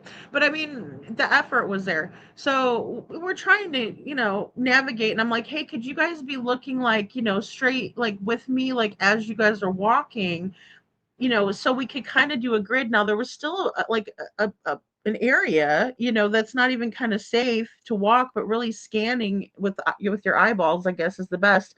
I was glad that I was able to spot, you know, the bones out there, because that's another thing that you're trying to look for, or clothing. We're looking for clothing. We're looking for the keychain, flashlight. You know, I'm trying to remember the things that we would be looking for, an indication that Sebastian was there at some point, or that he was, you know, upriver, downriver, whatever you want to say it, you know, and that the river's flowing down, and you can then things are getting caught, right? This is what you're thinking. Or were they ditching some of the items that they said that he took with him? Um, Looking for any indication of Sebastian. So Um, Dan, I feel it. I feel like justice is going to be coming. I don't understand why it hasn't. You know, I'm sick and tired of feeling like, you know, it's going to happen and then it doesn't. I don't know. I'm just frustrated with the whole damn thing. So, yes, Trishy, exactly. In my opinion, the chromosome deletion diagnosis overshadowed the ASD symptoms, which delayed the ASD diagnosis. Happens all the time with those with dual diagnoses, right? And here's the thing, Trishy, like, thank you for saying that, because they're so similar. That's why they didn't catch it until later, right? And they're like, okay, so autism spectrum disorder.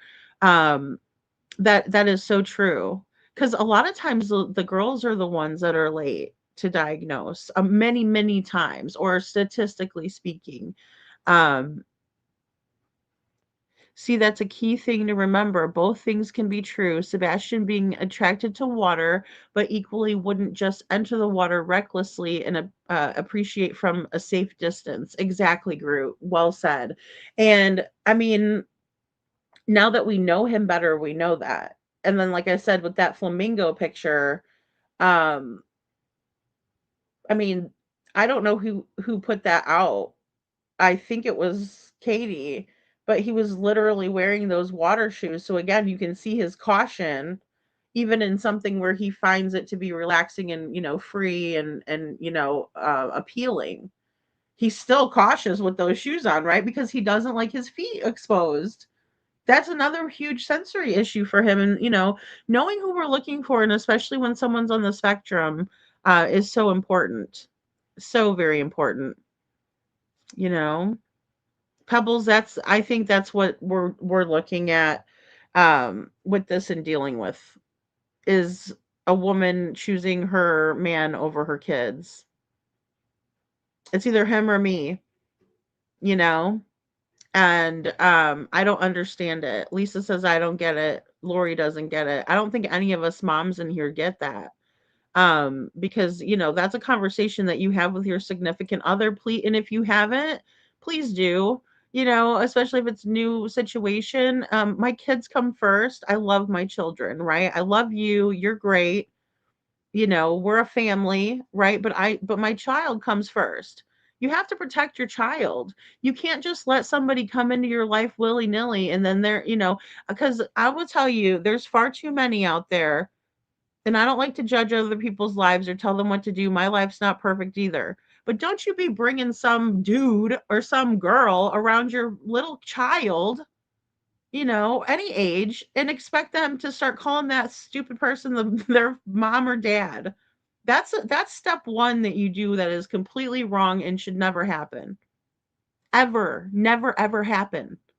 That's not their dad. I don't care if they don't have a dad in their life. You don't call that random ass person your dad or your mom or an uncle or any of that stuff. That's how the SA is running rampant as well. Because the kids are meant to think these people are their family, or they care about them, and they don't know them. You don't know that guy, you don't know that girl. And yes, Lori, they have to come first every single time, every single time. And sometimes it's better if you as a parent have a step parent that isn't doing what they're supposed to be doing, that they shouldn't be disciplining the kids at all. And I hate to say that, because again, that's their household, right? They pay their bills, for themselves. But that's why we see these problems like this, because here's Chris thinking that he's going to put hands on Sebastian. Why would you ever think that you are okay to put hands on someone else's kid, really, or your own? Because there's no reason to, you don't have to smack him around to get him to listen. That's gonna that's gonna blow it for their trust for you. Anybody that likes to put hands on their kids like that, and I know that because I grew up that way. And when you do that, you lose trust, and then you set your kids up to be in an abusive relationship down the road. And I know Marion's not here, but we talked about that too. And hers was much more severe. My parents are not. I'm saying, look, anything that was handy, if my mouth popped off, and you guys know how my mouth pops off, I would get a whack for it, right? I mean, what's ever handy? Sometimes they grab your damn hair, It's like, but it's abuse. And the thing is that we don't do things like that anymore. It's not accepted, and it shouldn't be. But to put your hands on someone else's kid that's not even yours, like, that's asking for a whooping from the other parents, you know? Because that should never happen. Tam says a man would save his wife if they were in a boat wreck. A woman would always save her kids, almost always. I mean, that's it. Um, you know, if you love someone and you care for someone, you don't ever want anything bad to happen to them. You treat them like they're precious, because life is precious. We're not promised tomorrow. We're not promised the next hour, and so you treat people that you love like they're precious, like they should be treated. But they didn't treat Sebastian like that, in my opinion. They took him for granted. And, even with Katie not checking on him, if she says there's a thud or a noise or something in his bedroom, a noise, that's why when she says it was a noise, we ask, well, what kind of noise was it? Right? We're like, hey, what kind of noise then? Just a thud. When we all heard just a thud, we all lost our shit, because we're like, there's no friggin' way. Right? There's just no way that she didn't go check on him when she heard a whole thud in his room. And then Nancy Grace says, well, what kind of, flooring does he have in his room? Is it hardwood or carpet? And they're like, carpet. So you mean to tell me that you heard some kind of a thud in a room with carpet that would have been muffled as it is? So that had to be a very loud thud for you to have heard it while you're talking to Chris, reading a chapter for school, watching TV. No, Katie, I think we need to back it on up, because you are not being honest. Where is Sebastian, Katie? You're the last one with him. Period. Guys, there's no one left to blame. No one left to blame. And I don't know about this 8 minutes they're talking about on the road. and about some man who came around. In my opinion, there wasn't no man that came around. Katie, the mother of Sebastian, had him last. There's no man that came around unless it was Chris Proudfoot. And like I said yesterday, and going over Gannon Stauch's case, look, whoever's the last one with the kid, whoever's the most responsible for that kid, that's your prime suspect. Until you can clear that person, you have no business doing anything else besides looking for the child. That needs to be happening, simultaneously.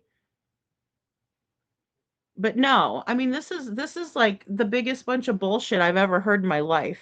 Trishy says it's also very telling that Katie and Chris didn't make a point to articulate how well adapted and highly functioning Sebastian was when they first announced he was missing. In my opinion, I think so, Trishy. I think you're spot on with that, because here's the thing: it's a huge red flag.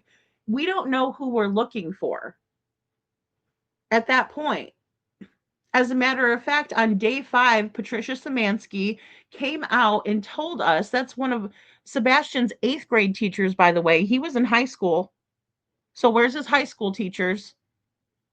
Not to, blame them or anything. I'm just saying, I would imagine the ones that just had him in class. But no, here comes his 8th grade teachers from T.S. Hunter, I believe it is.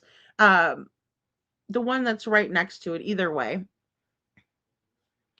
And they're telling us, look, if you saw Sebastian and he was walking down the road, you wouldn't even know he's autistic, because you can't. There's no way to look at a person and tell if they're autistic or not. There's not those physical characteristics. Now, Sebastian does have some physical characteristics that would come along with his chromosome deletion. They never told us about those, Trishy, and he's been diagnosed with that since he was a child. Since he was a baby. The autism diagnosis is late. But why wasn't Katie telling us those very specific features that would be identifiable? She didn't. She didn't even tell us about his dimple on his cheek, even though you can see it. But that's another thing you need to be telling people. What about the freckles on his neck? Nothing about it. But she really made it seem like Sebastian... Well, I'll just say this. Chris's direct quote was something to the effect of, Sebastian's mind, hasn't caught up with his body. As in, Sebastian's 15, but his mind is not. That's bullshit. That is such bullshit. And they pushed that narrative out there and acted like there was something wrong with Sebastian when there's clearly not. He has diagnoses, but they're not anything that you would be able to see physically. So when we're looking for him, right? Like, because obviously we are looking for him. That's what we need to be able to spot, is physical. But we also need to know mannerisms. So they were very... let's say, deceptive in telling us who we're looking for, which is their son, which they should want to be most specific, because they should want to find him, So they should just want to find him. And Lisa says, and KP let him put hands on Sebastian. So very wrong. And I'll tell you, one of our friends here, guys, at the gathering, she told me, she said it's against Tennessee law. It's illegal to belt a child with autism in the state of Tennessee. So what is going on? Why are they above the law? How much money does it take to get you out of stuff when you didn't even have to, pay a lawyer? Except for F and Patty. Of course, we know F and Patty is over there, taking care of a lot of their shit for them on the back end. She's probably been on retainer. Lisa says, don't you put your hands on my child unless you want to see my wrath. Lisa, I'm there with you. I'm telling you. And it's like, and don't verbally abuse my child either, right? I mean, that's another thing too, because I think that Sebastian was dealing with severe verbal abuse from Chris. Him calling him the R word Sebastian's not the R word, Chris. You are. Okay? If anybody's an R, you are. Freaking asshole. Sorry. That was a big reason that I was very upset with Chris in the way that he was talking about Sebastian. Oh, he likes to have accidents in his pants, even though he said it much more disgusting. I'd never repeat that. Nasty, nasty, nasty. Holly S., thank you for your super sticker. Aw, thanks, Holly. You know, and the thing is that the minute that I saw Chris Proudfoot, I knew there was something wrong with that guy. I was like, oh, that guy there's something wrong with him. Big ol' butthead.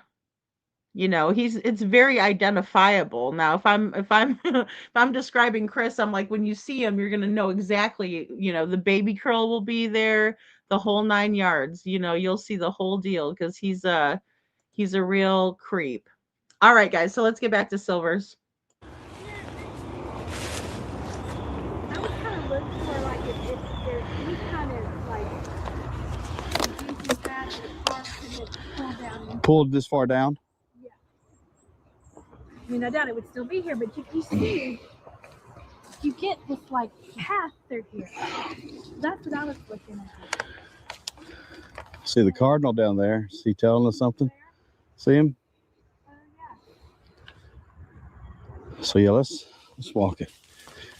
So if you want to look for Sebastian, you want to search for Sebastian, just look what we're doing. I mean, I never took a course in this, trained this. It's a simple will of coming out and saying, hey, I'm going to walk the woods and I'm going to look for something right here.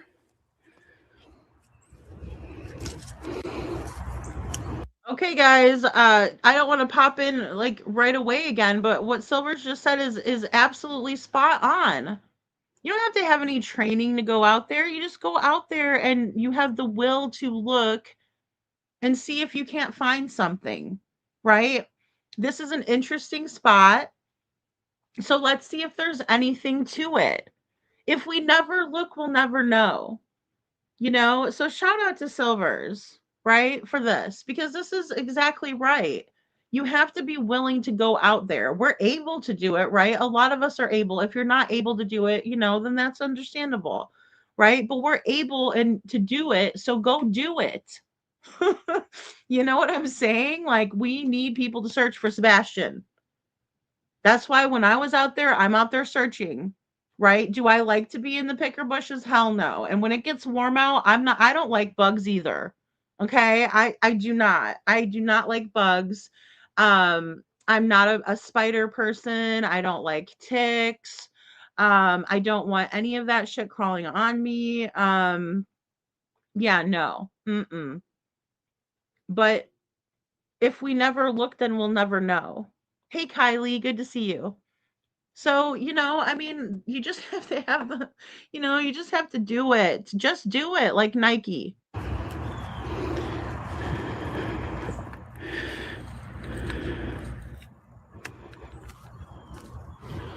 Local, can you come? Is that a burn pile? Because I've got one, it looks like right here. I'm going to come see your burn pile. I'm looking at what I think is bone right now. We'll cut camera. I'm going to show you this, and we're going to cut camera off so we can discuss it and be right back. One of the things students love about culinary school online with Escoffier is the toolkit. Our students can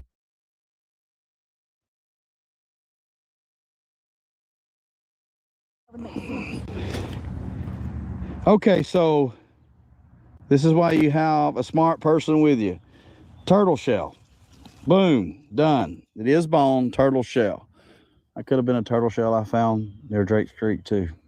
Okay, great. You got you say a burn? Saying, like, look at this, and like, to me, it looks like there could have been a burn pile here. Right there. I'm not saying recent, but Yeah. it's like, See, this stuff like that looks like bone and it's just wood. yeah. Yeah, no, this area is just, there's over there too. Over there too. See, they've got homes right there and the road goes by. You're starting to be more open out here, but no one's There's no way you're looking over here. You're talking about a bored person, head up against the window, car happens to go by and they see somebody. It's so rare that that's going to happen.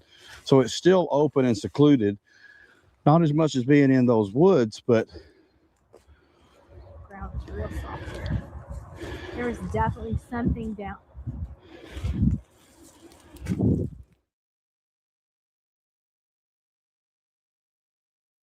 see patches like this throughout.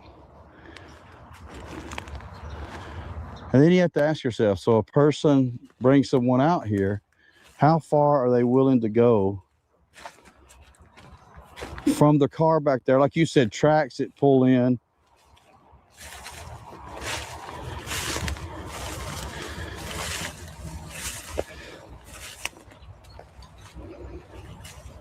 And I'll tell you, it's a beautiful day here.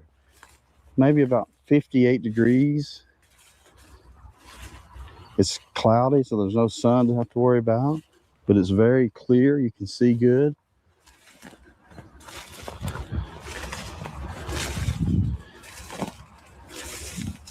See how thick the woods are? Very thick.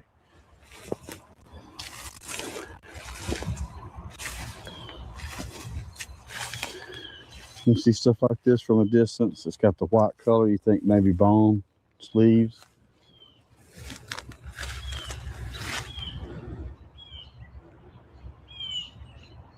Along the lines of you're talking about tracks. See, you always see something. Rocks. I think that's natural.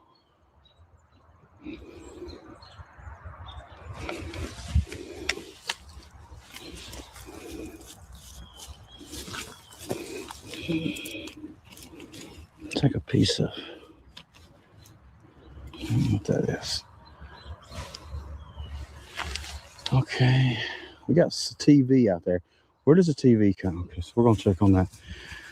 So there's not really tracks coming through, but this looks like there could be some tracks. I'm gonna dip into here for a minute.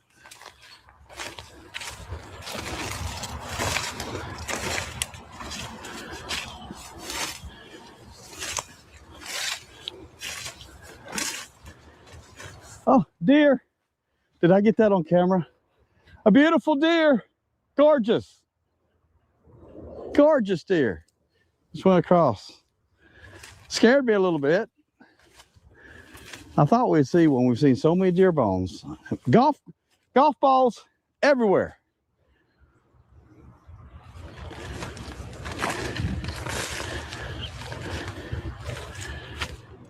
You know, it's very peaceful out here.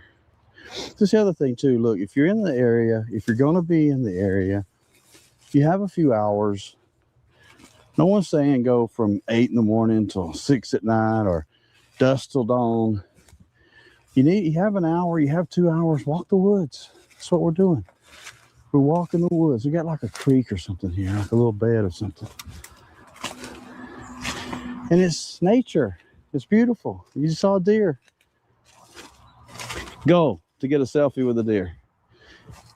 Let's see.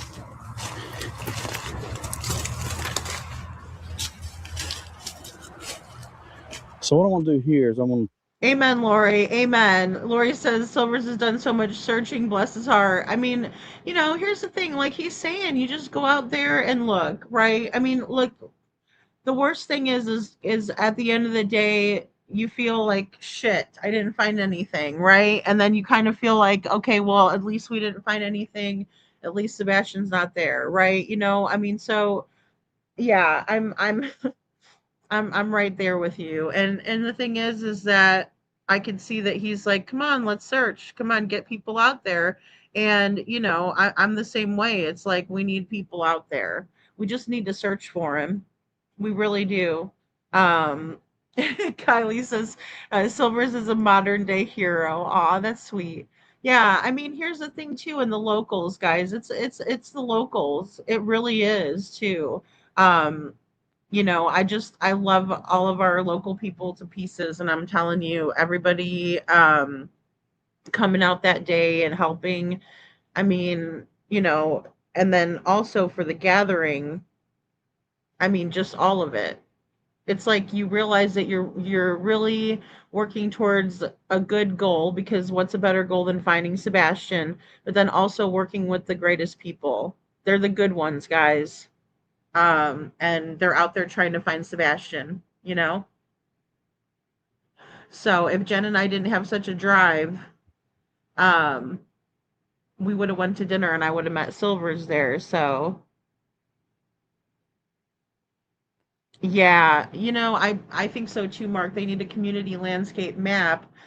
Then volunteers can mark off the places that they have searched. And we talked about Sartopo.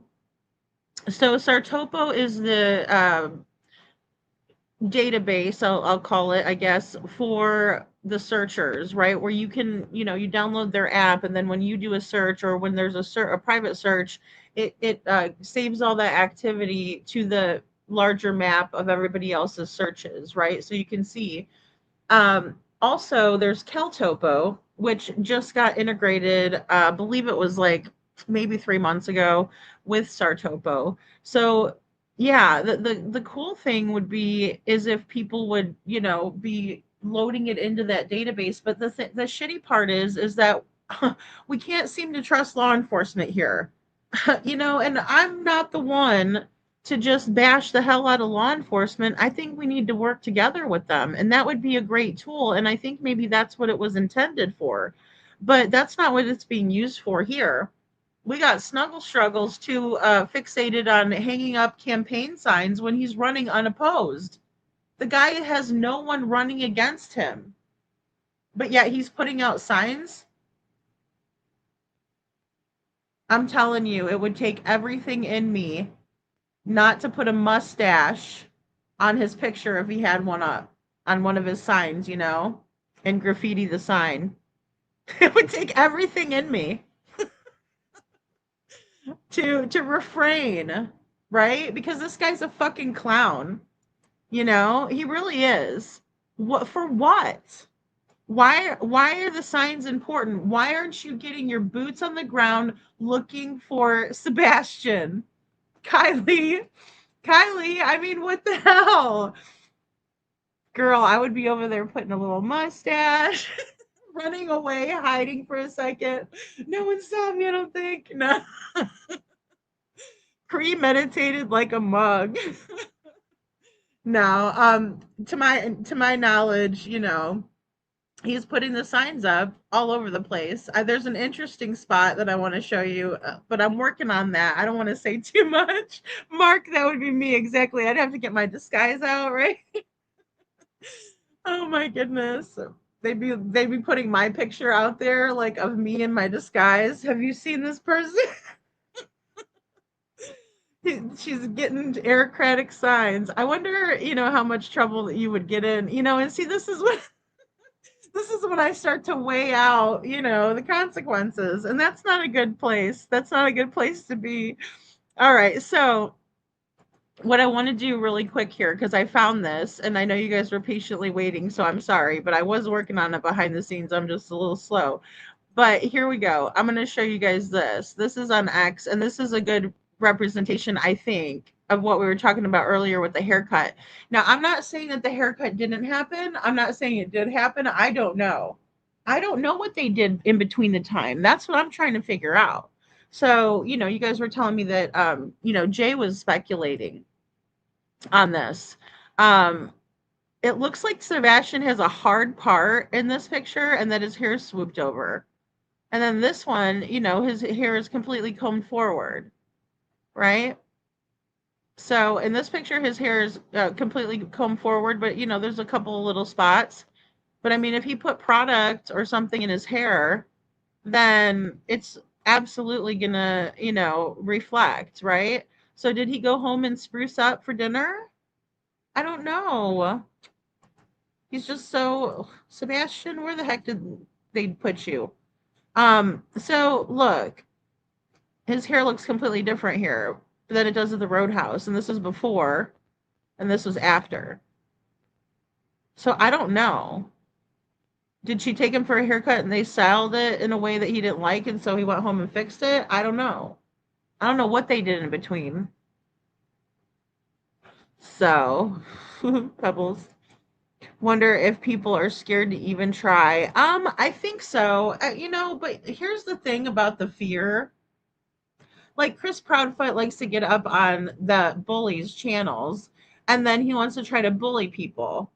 But here's the thing about it. He didn't do shit, right? I didn't see old Snaggletooth anywhere. I didn't see Cruella DeVille cruising down the street while we were at the gathering.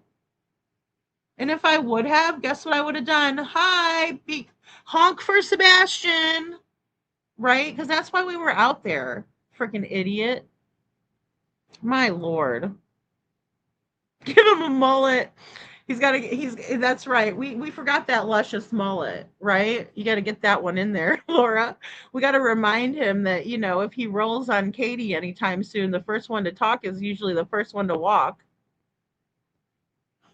So, what are you waiting for, Crispy? What are you waiting for? Uh, Texas Roadhouse definitely shorter here. You think so, Trishy? Yeah. So here's the thing. I wanted you guys to let me know what you think. Look, I'm telling y'all what I think. So please, by all means, look, his hair looks different. It looks like a hard part. But I don't know. Maybe he swooped it over to the side, or maybe when he got it styled, they swooped it over and he didn't like it. Again, sensory, the way that he likes things, he likes to be particular about the way that he likes things. So that's, part of his personality. Oh my gosh, it's small, Sandy. Look, this is the thing. There ain't shit going on. It's sleepy over there. It's sleepy weepy over there, right? Which is fine. I'm not saying that that's a bad thing. Sumner County is a nice place. I'm not saying it's not. I think it's nice. I think it's run by the Good Old Boy Society, and I can't stand that. I lived that way for too long. I lived with that system. That system sucks. It helps no one besides the good old boys. That's the only people that it helps. It hurts everyone else. And it's a stupid ass way of thinking. Craddock needs a mullet. He used to have a mullet when he was little. I've seen Eric Craddock with a mullet, but it was when he was little. He was like a little mini mullet guy. No, his grandma had passed away recently, and so I went and or somebody had sent me a screenshot and went to go look at his post. And he was a little guy and he had a mullet. But yeah, Craddock is very puzzling to me. If anything, I'd like to sit down with him and ask him a few questions. Like, why would you ever, be okay with them making such a big fool out of you and you having to take all this backlash? Like, why? What's the deal? Can we just chat a minute? Pebble says, don't see it, still think he looks younger. And the Texas Roadhouse is how he looks. And I think they wanted us to look for a younger child and not a teen. I think so too, Pebbles. I think they were super deceptive when it came to the pictures of Sebastian. Even the one from the Texas Roadhouse. So I did a video, and I was like completely appalled when I saw the Texas Roadhouse video versus the picture that had always been out. The one that's in the corner up here.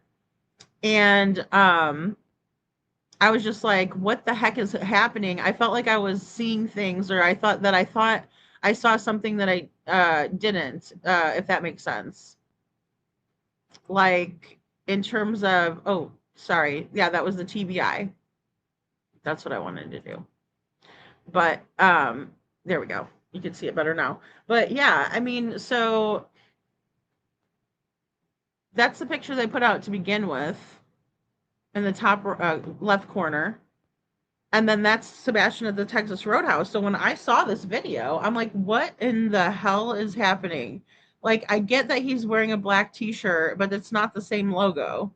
Obviously, you can't see his feet or his pants or anything in that other picture, but it's from a totally different day, obviously, because Katie is fucking New York ready in the front, okay? So don't tell me that, Katie in a ponytail looking like she's about to do a fucking mission in one picture and video is the same one from that day. And I always knew that there was something fucking fishy about that picture. And sure as shit, here it is. Here it is. And they did that with a lot of pictures, Pebbles. They even the one let me show you the one that I had up of the optimism. They put and hid his bruises. They hid it. They hid the bruises that Sebastian has on him. And they put a big "Have you seen me" logo on it. And that was courtesy of Sumner County Sheriff's Office, by the way. They stamped it with approval. They took it from the TBI and then they stamped it with theirs and said, "Have you seen me?" and took the background out. What a bunch of little shyston ass holes. That's what I'm saying. Good old boys, right there. Cover your ass. But for what? Because Cruella likes to pay for playground equipment? There's got to be more to it than that. It's all money. It's all about money. Deanna says, in my opinion, Texas Roadhouse hair looks like a bowl cut.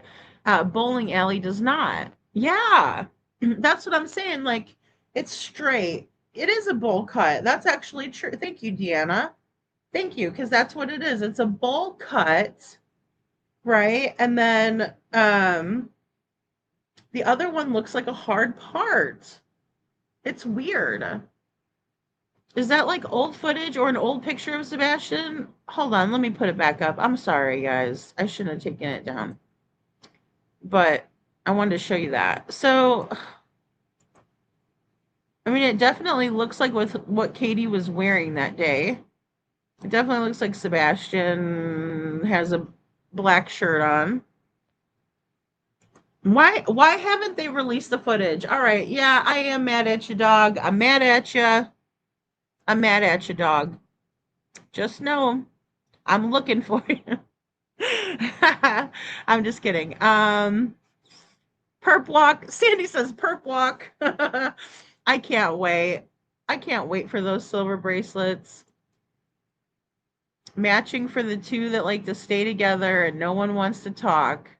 No one wants to do the right thing, right, Chris?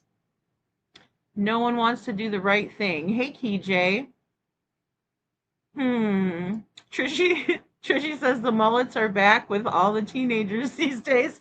Really? Oh my gosh. I hope none of them keep a baby curl in the front.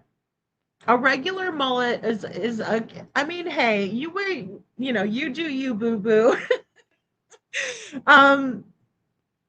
I don't know. Maybe it's just because when I was, and I know we're kind of the same age too, Trishy, but it seems like when we were growing up, it's like the mullet was gross, and the only one that did the mullet was like Billy Ray Cyrus, and he's like, "Don't break my heart," and you're like, "Ugh, no, I won't even get started with that heart." You know what I'm saying? Like that guy was toe up, and that's who mullets were for me.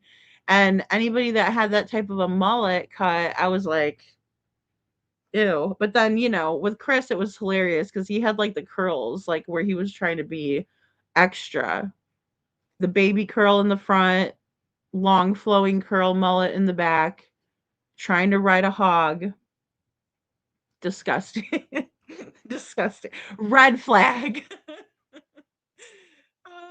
He could have got a haircut. He could have. I mean, I don't know. Now that I'm looking at it, I'm like, it looks different, and it looks like maybe it was styled one way or another too. Pebbles, like where it was styled.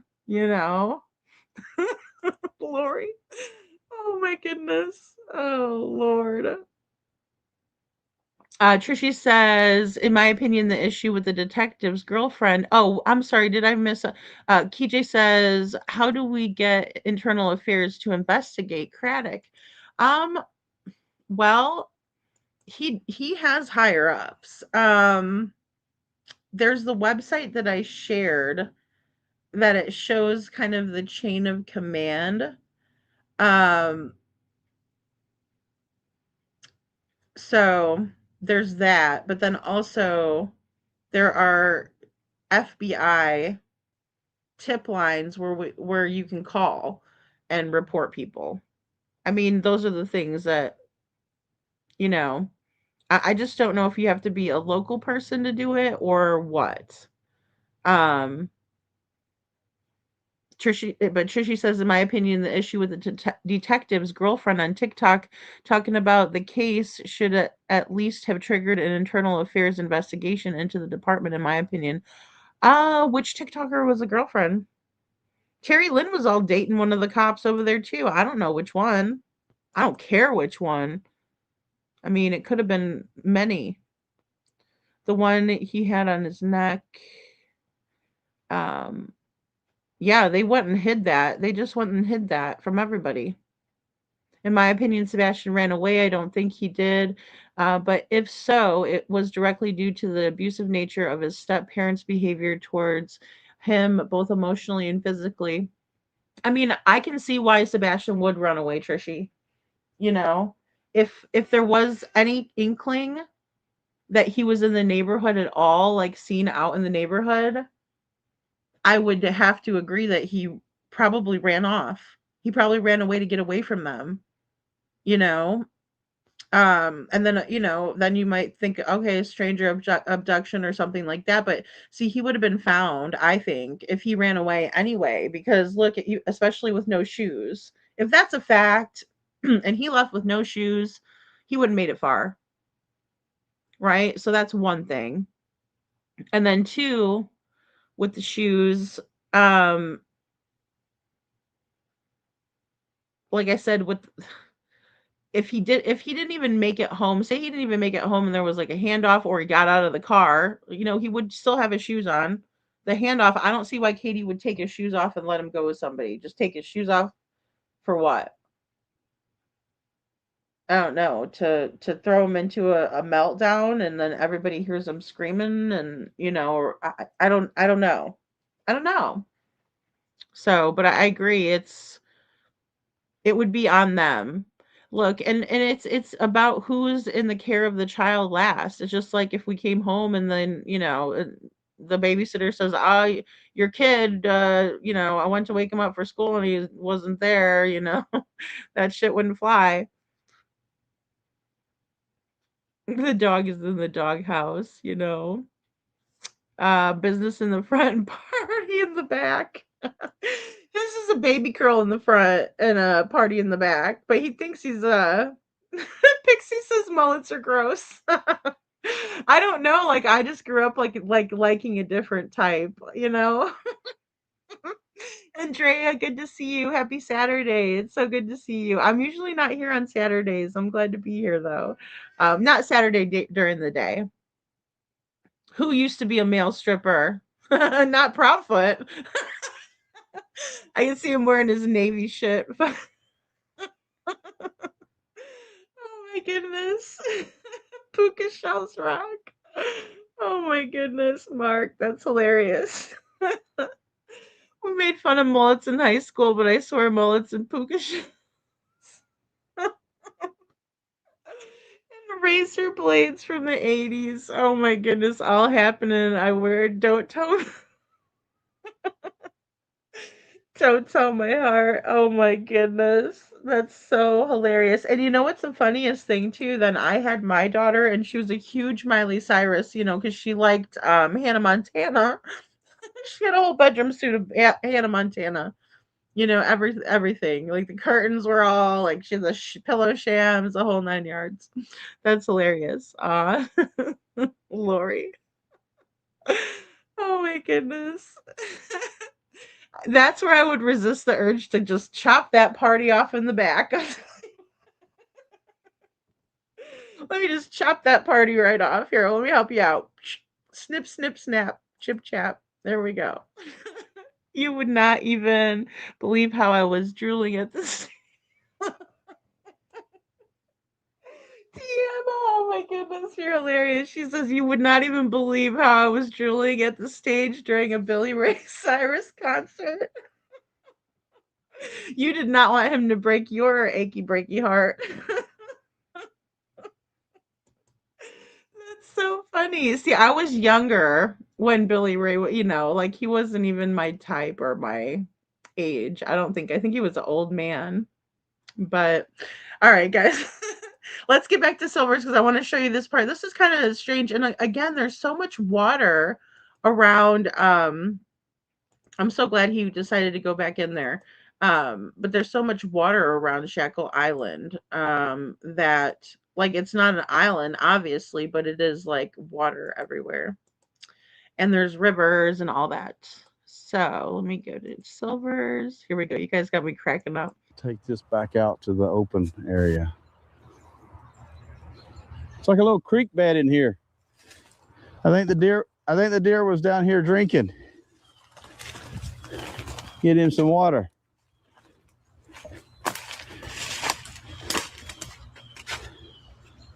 Wow, that house there, tall enough to clear their fence for the neighborhood, and it's looking right. Is that a house? Sandy, you got me. You got me there. Sandy says, I loved him. He had a good package. Can I say that? Yes, you can say that. That's hilarious. Sandy, you got me dying back here. I'm trying not to laugh super, super loud over here because then also Lori's going, woohoo, Sandy. You guys, that's too funny. No, I have not. I haven't even seen Miley or anything.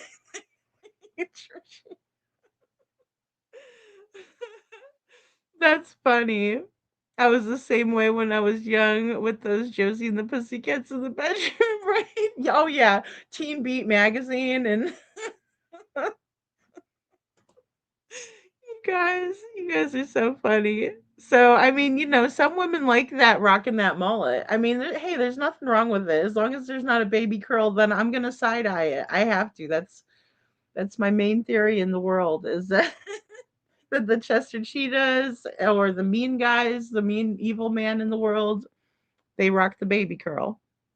Anna says, what stands out to me is that there is a church at the end of Shackle Island, and I cannot forget what CP told Seth about going to church. Yeah, oh, I know.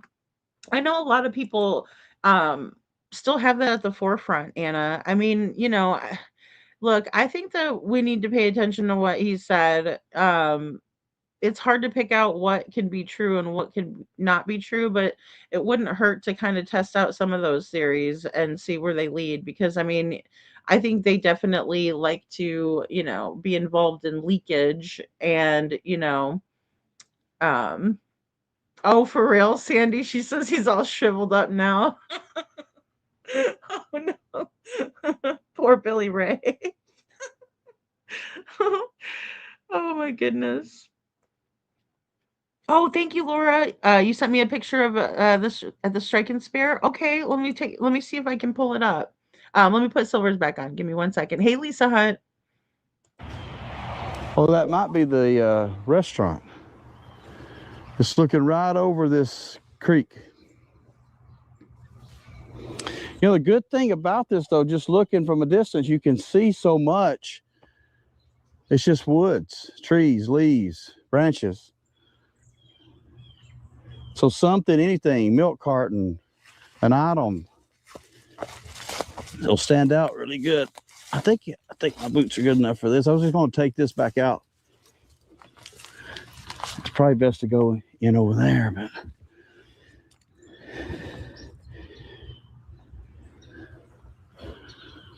it's so pretty.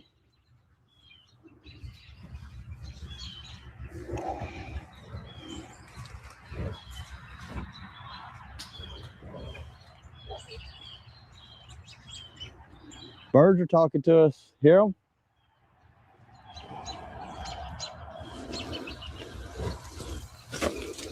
That's a pretty good drop. Don't want to throw a hip out.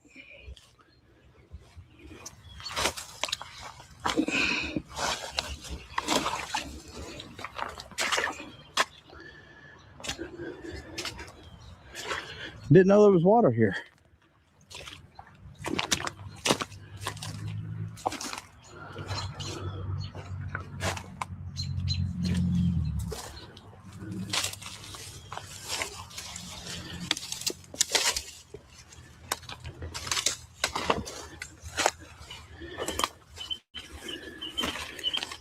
hear you.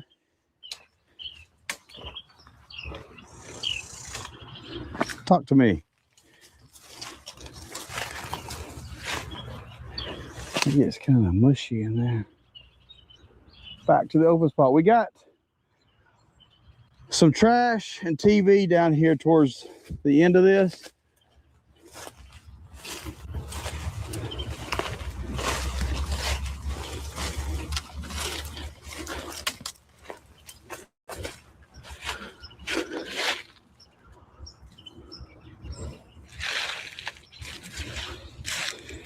So now I see that dips down, right?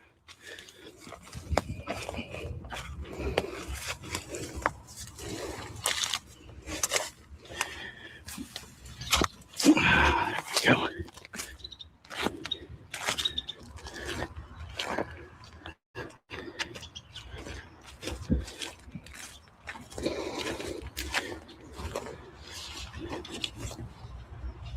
Silver's 1 to Silver's 2, just a check. Mic check.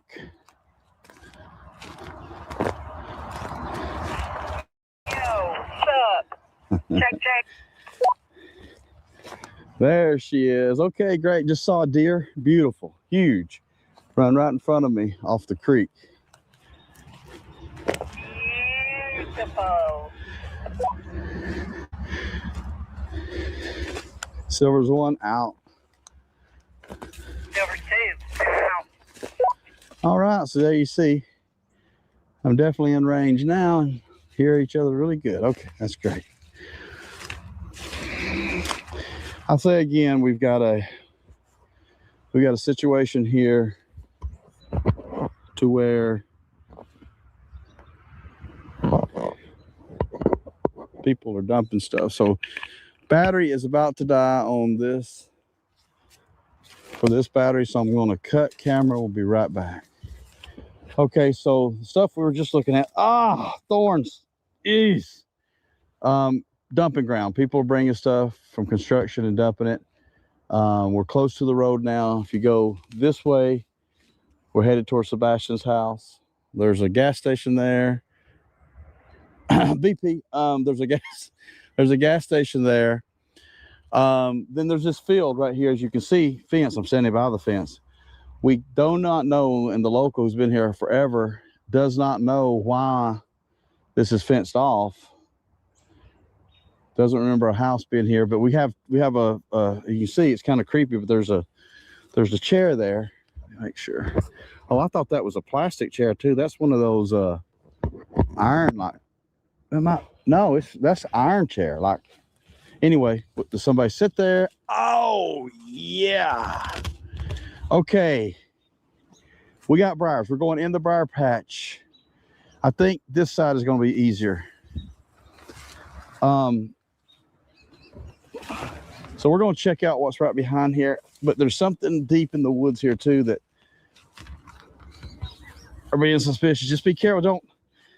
Don't fight them when they get you. I'm gonna try to knock them down, but oh my, I got called in one day. Remember that? I know where I got my scratches. Where do you get yours? I think we're about to run into a fence that we can't get over, but let's see. Okay, so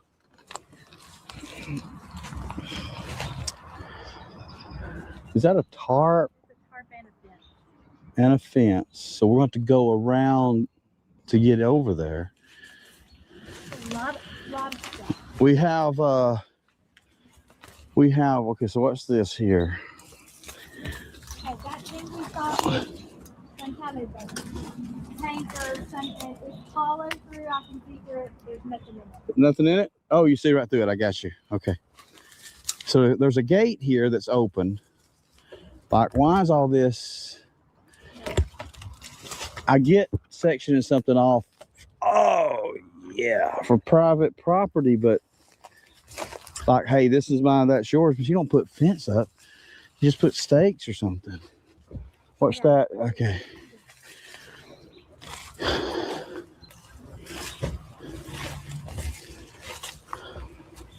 So one of the things we're eyeballing is this tub here because it's upside down and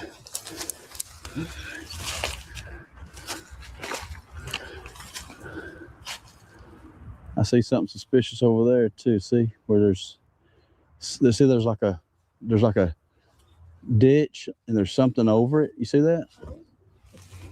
And we'll get there from here. Okay, so That looks like a gate to me. it's got to be the gate. I don't see any other way. Let's see. We got a big creek here. Yeah, you can get around this way. Much easier.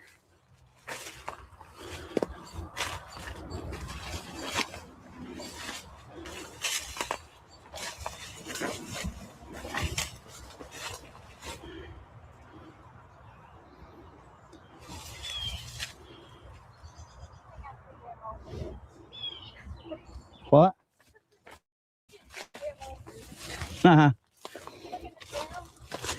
Look in the what? I didn't see that barrel. I walked right by it. So she just found a burial. Okay. I mean a burial. Excuse me. A barrel. She just found a barrel.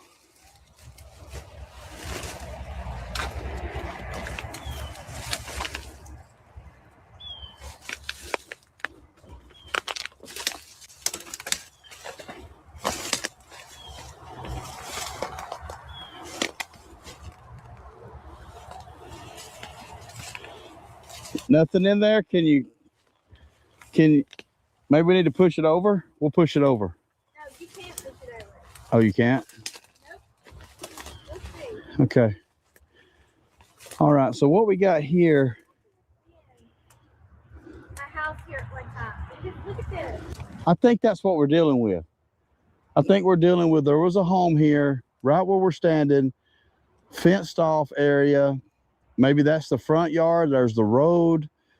We got, you know, stuff that would be in a house.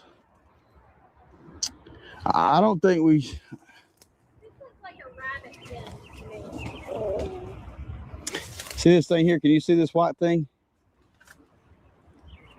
It looks like a deflated ball of some sort, but it's white. Also looks like a skull, but it's not. It's a ball.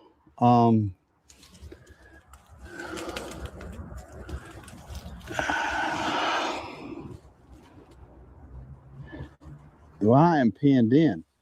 So I was trying to get to that, and I don't know how.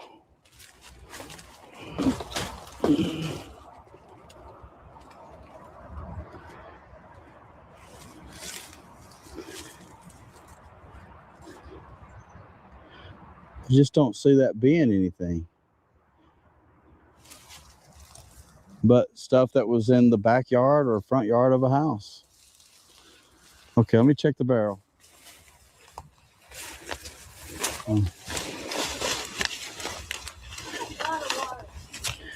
See, you got all this stuff, as local was saying, that's just showing that, was there a house here? This stuff's been here for, or that's almost like a grave. But then I see the fence in there and I go, oh yeah, that's. We have until this past week, it's been so dry. Don't tell me so anything. Oh yeah. I wish I didn't. This angel we found here. I'm gonna take a picture of that too. Yeah, so just clear yourself. So who knows what's gonna run out of here? I mean, I don't think anything's in there alive, right? How? But I think I can get it over. I might not, but Well, I'll help you. I think I can. I'll do it. Oh yeah, Bear Honey, that was Charlie Briley, right? Charlie Briley, and he took a bunch of money, and it's just a weird, you know. Yeah, he hung with Terry Lynn. Good to see you though, Bear Honey and Brown Eyes. Good to see you. Also, Rob Beanie. Good to see you, Rob Beanie. So yeah, I mean, it's just all about. Hey, Rob Beanie. It's all about, you know, just a bunch of bull crap. In this case, it's like, you know, when they talk about interference from YouTubers, I mean, which one? Terry Lynn did a number on Sebastian's case, in my opinion, right? That's why I did the whole locals podcast the one night, because it was like they're all involved and they're weird. Clue and Cletus, right? The whole 9 yards. I mean, you know, they're showing up to court with Katie, you know, weird. There's old Terry Lynn right in the middle of them. Like, ooh, I got to sit next to them, right? So I can get on camera. Woo doggy, hot damn. You know? Jerk. So, you know, which one? So, and then you also have, doesn't that elevated goof guy live somewhere around there? I don't know where the fucker lives. I don't care. I'm just saying, there was a million of them that were doing a whole bunch of fuck shit. With my bum leg. Supporting me. Okay. So let's get it. Let's rock it a little bit. Okay, you ready? 1, 2, 3. Oh, careful. Let me go with my better leg. Hold on, let me get at this up. Okay, let's go that way with it because I can get more. Can you do that? Can you go that way with it? Yeah. All right, 1, 2, 3. Okay, it almost went. Okay. I don't want it splashing on me. No, I don't either. All right, 1, 2, 3. Okay, keep it up. There it goes. And there it is. Oh, I think I pulled a hip out. It's just silk.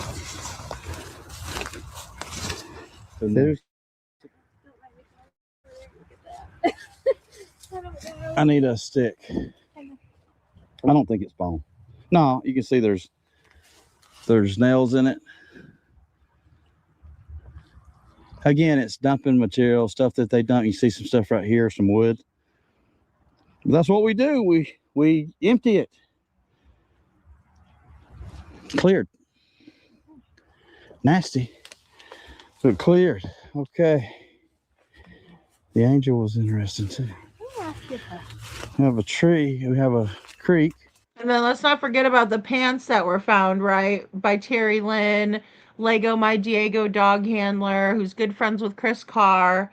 I mean, like, who are you guys talking about, really? Because a whole bunch of people have caused a whole lot of crap. You know? Thanks, Lori. Yeah. I mean, what the heck? Hey, Marianne. You know? But yeah, they're big barrel in the woods. Yeah, they need to be questioned, Brown Eyes. I mean, they do. They need to be questioned. What are they doing? What the hell? And if that Charlie guy has a boat, remember what Dog said about all the roads that lead to Rome. There is Rome in Tennessee, and it is massive, secluded lake. Oh, really?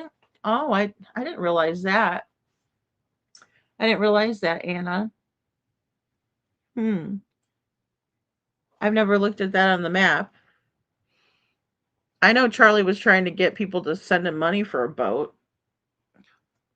Jerk. Again, a bunch of jerks. Let me cut camera. We'll be right back. Okay, so we were just going over some theories, talking amongst ourselves. And here's the thing I just said. And I was going to just say it with the camera off, but I think everybody needs to hear this so they can think about it.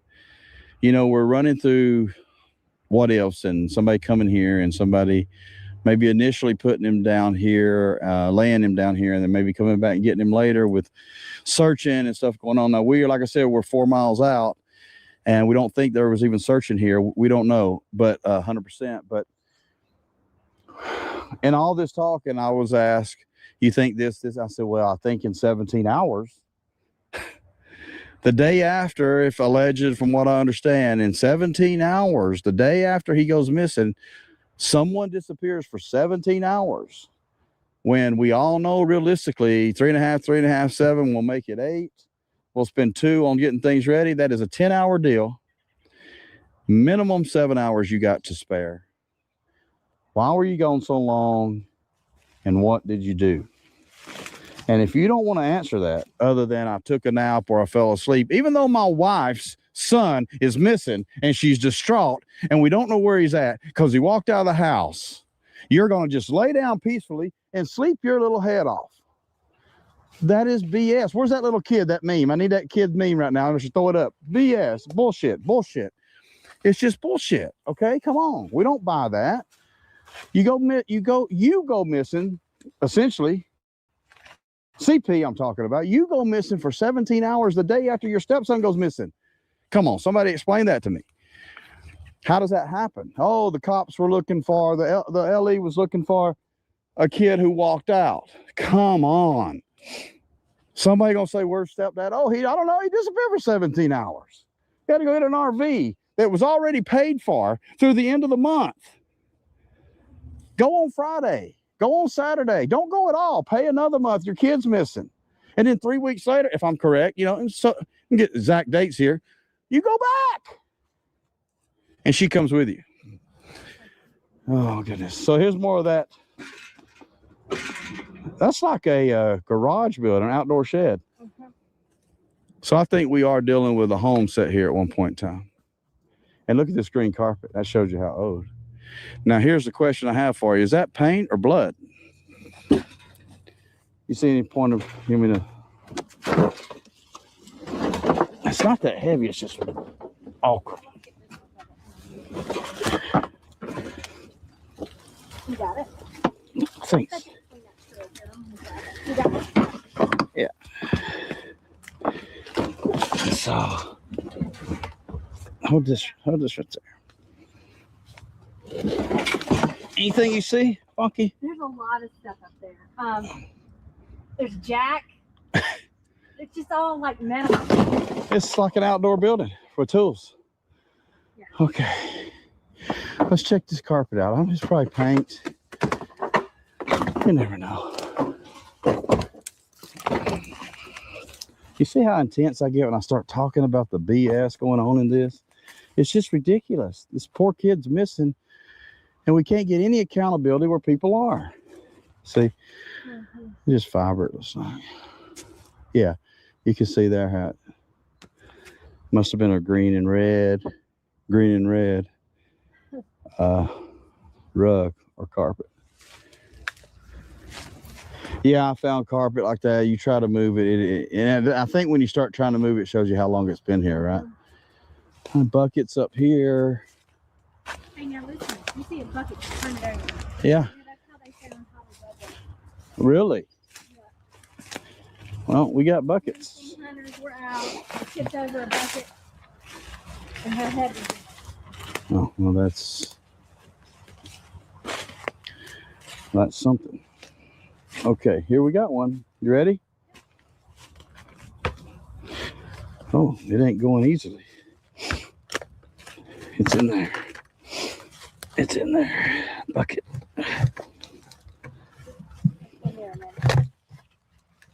But yeah, those trees and those roots have grabbed onto it. Nothing in there, you think? No.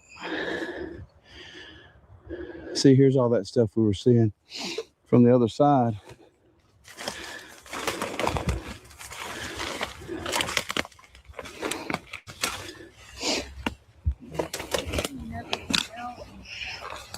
Oh, that's a great point, and there probably is, right? Right? A well, or what's the other thing? Septic? Tank area? Because we're dealing with all of this. Here's a desk chair. That just don't make its way out here for no reason. You see what I'm seeing right here? Tent. People, you see this? So we got a tarp I'm standing on.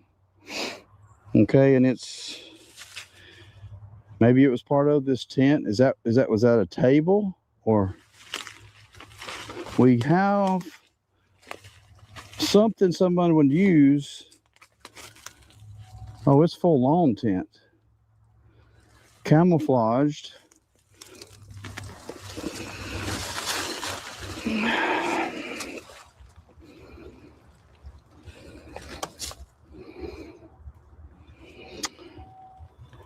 That's kind of a newer.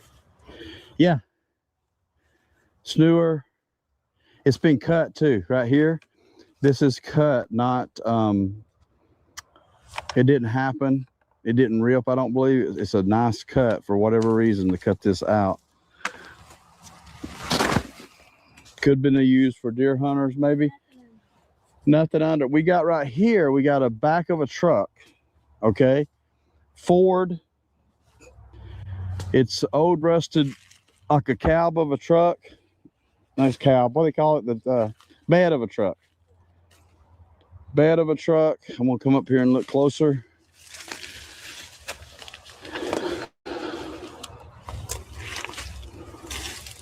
Once again, just seeing this, we're 3.8 to 4 miles to Sebastian's home.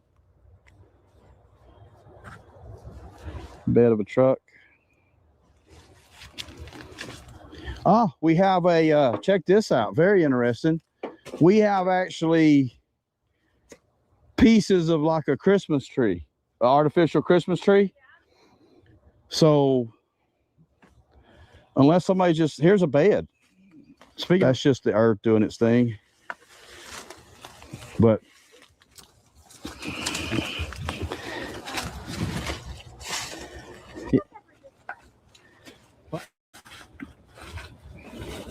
all right, so we just crossed over a creek again. It's right here, real small. And so to get, you can see through the trees, the power plant and all the stuff. Local's gonna walk up there. I'm gonna stay in the woods here, walk along the same path parallel, and just see if there's anything here, because what we're starting to do now, anytime you see that power area, electricity over there, a car can pull all the way up to where I'm at now, here in the woods. Another deer bone, got a skull. And so I just want to walk here while she's up there.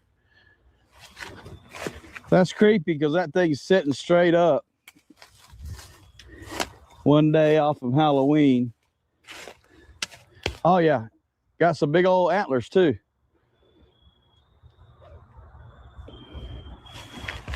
I'm gonna go back in here. So the one thing I'll tell you, as you know, if you've seen my videos, is, you know, I do my best to try to connect with Sebastian, if you say on a just, you know, metaphysical level of, you know, some type of connection. And, you know, I see this right here. It's like, it's just plastic. But check this out. Oh, I'm all over its bones. Poor thing. You wonder how these things die. Hit by a car maybe and wander in here, but possibly shot. I don't know. Can you hunt here? I don't know. I would doubt it. But look at that. Oh, Mikey. Whoa, was that was a, oh. Well, at least it's a briar, not an animal. Oh, gosh. Yeah, I'm good. Just stuck me right in the backside. But look at this right here. How many points we talking? I'm not a deer hunter. So 1, 2, 3, 4, 8-pointer. What, 5, 6, 7, 8, 9, I guess. I don't know if those little ones count. So deer. And the bones, we just came over. So there's the creek. I'm walking away from where a car would pull, but I'm gonna wind back up over there.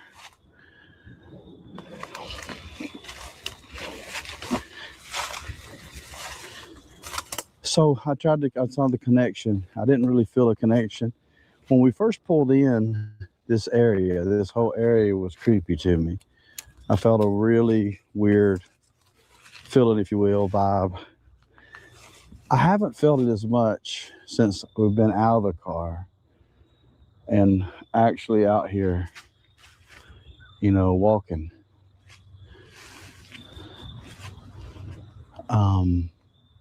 That's weird.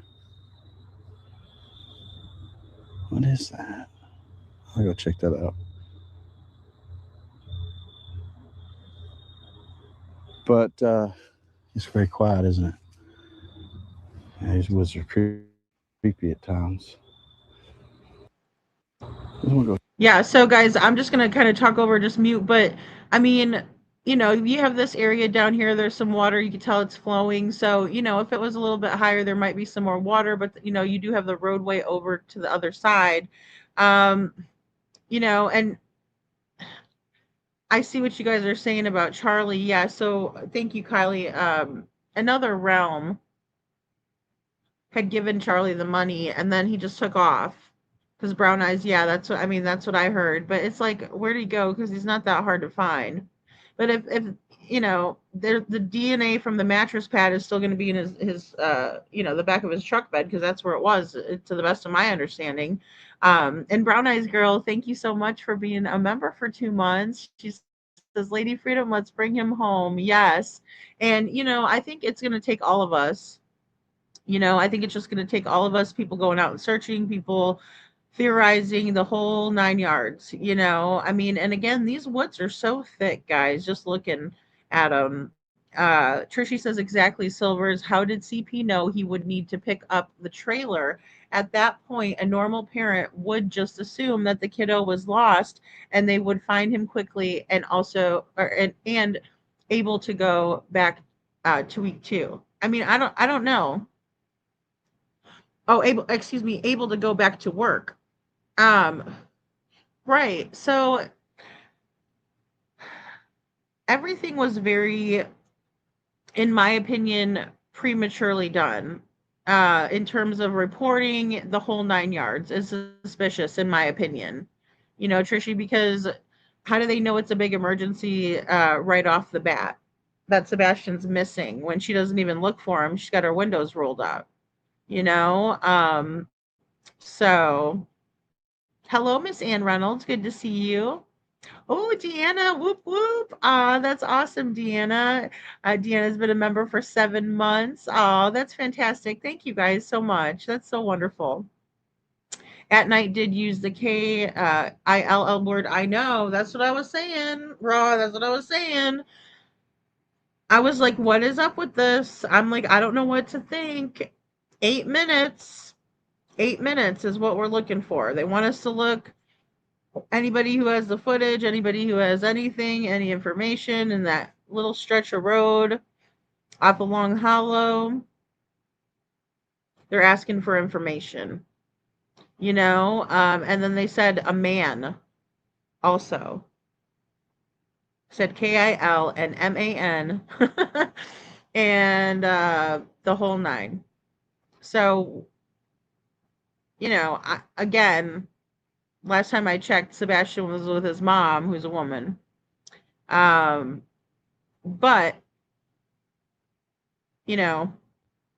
they left the Texas Roadhouse. It's not like Katie said that she, got carjacked, or, that somebody just came up and stole him out of the car, or what have you, at a red light or whatever. I just find that to be interesting. Now, if they're not even talking about this area, though, they're talking about right off a Long Hollow, where there's nowhere to really pull off or do anything. I mean, you would have to have your hazards on if you pulled off on that road. In my opinion, it's a 2-lane road. It is getting dark at this point when they're driving home. Yeah, I don't know. And they might be, Brown Eyes Girl, because, but one YouTuber that comes to my mind off the top of my head is Terry Lynn, who really inserted herself into the shit and caused a lot of shit. They're still talking about it to this day. Right? People are putting the puzzle pieces together, which it shouldn't even take that long, because it's really simple. It's fucking Terry Lynn and her bullshit. I mean, but I'm not going to worry about it, because I already got it figured out a long time ago. Tried to tell everybody about it. You guys want to listen? Not you guys, but people. That's their prerogative. You know what I mean? Let them go on a magical mystery hunt for themselves. Come to the same conclusion. She's a shit bomb. She inserted herself in Sebastian's case. She made her money, and then she ran away, like she does. And now she's causing shit behind the scenes. And a lot of shit, right? Her and her little friends. Crama Reels, Grime Chronicles, And yes, I did say grime, because she's grimy and stupid, in my opinion. But yeah, I mean, so I think if I think about that, and then I think about how nasty old Clue and Cletus are probably involved. Oh yeah, I mean, and all their little buddies. Look, they probably have secondhand knowledge from Chris and Katie. Gathering it firsthand, them hearing it, but knowledge from them. So, oh, she's a complete psycho. She is a complete psycho. I mean, there's Reddit threads about her. And anybody that wants to be down with that after reading that, sayonara, sucker, because I don't need it. So much. Oh, thank you so much, Sandy. Oh, look at you guys with your membership badges. That's so amazing. 4 months. Thank you, Sandy. So much hard work. Love you. Love you too, Sandy. You guys are awesome. Thank you guys. But that's why I'm wondering. I mean, there's a lot to think about. With that, because I know sometimes I get silly with it, and I'm like, I don't know, and I get tired of the riddles. Look, I'm a very blunt, straightforward, to the point person. you know that might be a flaw, right? I mean, depending on how you look at it. And sometimes it could be misunderstood. But in the same way, I want to know. I just want to know. Just give it to me straight, right?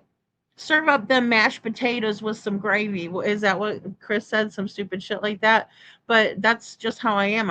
I'm to the point. I want to know, especially because, as Silvers was saying earlier, this is not a game. This is a child, right? That's been missing for 2 years, over 2 years now, and it's time to buckle down and figure out what happened to him.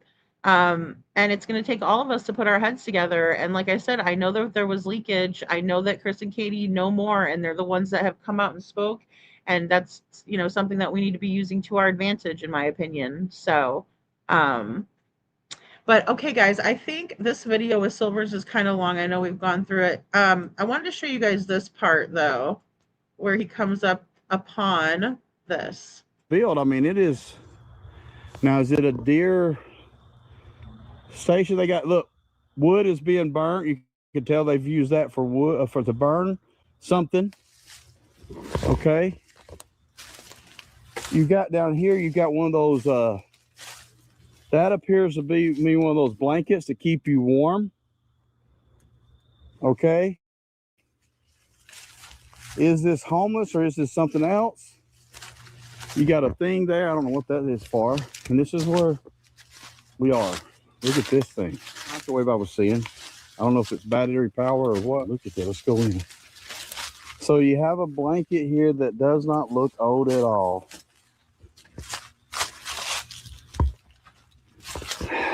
Ladies and gentlemen, I've only had 2 dreams of Sebastian, and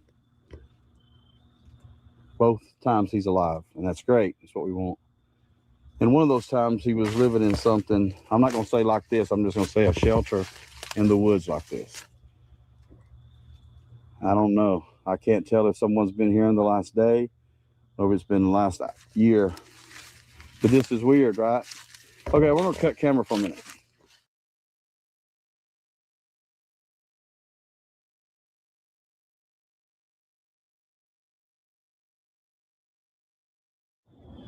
Look at this. Makeshift. But this is done pretty good. There's a lot of put together. Look at that. And then we have another. And then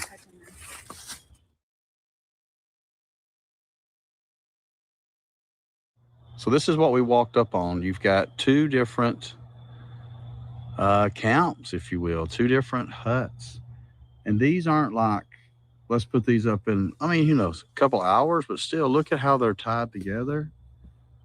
Now, we have neighborhoods around us. This could be teenagers. These could be young kids that, build us a fort. You got the shiny thing that keeps you warm, like if paramedics or fire need to get your body heat back. You've got blankets.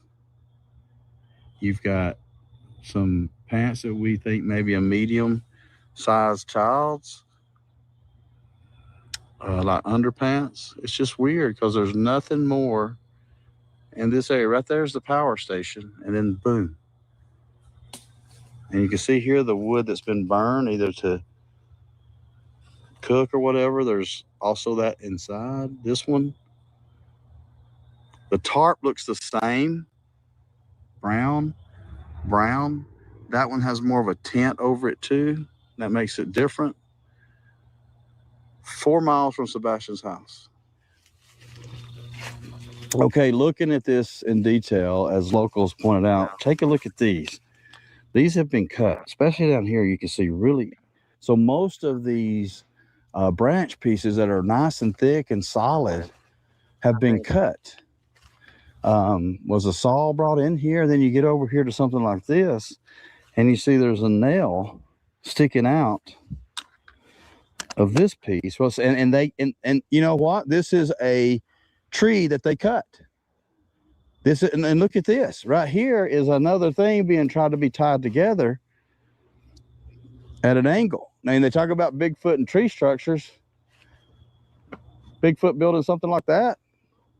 Homeless, Sebastian, kids, we don't know. Something's grabbed our eye down here on the water, so we're going to go down this way. Okay, guys, so I just wanted to show you that. I mean, so people are back there. There could have been people back there. And again, Miss Ann, I am sorry as well. You know, sometimes people get it wrong, and I don't know if they do it on, I don't ever see anybody would do something like that on purpose. So I'm so sorry. Um, and the big real estate key thingy, yeah, exactly, Robini. That's what I mean. It's just odd, and that area is very odd, and it's a dumping ground, you know. So, um, I wonder if he's Craddock's old or new house. You know, I'm not sure, Kylie. Yeah. Hunters maybe, right, Sandy? Or maybe, you know, it was one of the guys from across the street that cut those up for the kids and, you know, made them little forts or something. I don't know. It's just weird, you know. Hey, little Miss Sharon, good to see you. The way he liked Minecraft, they would make sense. Yeah, yeah, definitely. Definitely. Um I know, Miss Ann. I'm so glad. And I know I that's got to be so incredibly hard. And we just appreciate you being here too. So, I mean, here's the thing, guys. It is an odd area. It's something to think about if Sebastian didn't make it home. They're saying that there's some odd stuff going on Long Hollow, out by Long Hollow. Um, I'm thinking it's more probably Stop 30 Road where if something happened on the way home. That's my opinion. Now there could be stuff that comes out later and we realize it, or in the meantime I'll listen to see, and look on I think it's Facebook they're mostly on. But even X, and we'll take a look and see what they're trying to kind of get out to us. Again, I wish they would just be flat out, but whatever. We'll deal with what we can. We'll work it out.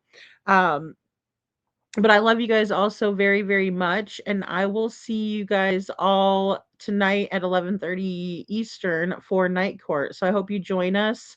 Again, we'll talk about Sebastian Rogers. I still have to get some videos and things that I've been working on out. But also with Gannon Stouck's case, it appears. Oh, sorry, but no. It appears that one of the YouTubers that put out. Sorry, Django's really loud. That put out the information on one of the El Paso County interviews. Got their channel taken down. I don't know what happened. Either way, we're gonna go over that, but it's not gonna be, really soon because I'm gonna have to do some editing and things like that because I found another interview I can edit. But anyway, thank you guys all so much for being here. And again, if you guys hear some words on the street, we'll talk about them later on tonight and just you know see what we can't come up with. Thanks, Mark. Thank you, Lisa and Little Miss Sharon. Sorry, Little Miss Sharon, I'm on the way out as you're coming in, but I appreciate you stopping in too. And Tam, thank you, Lori and Holly and Miss Ann. Thank you guys so much, Marion.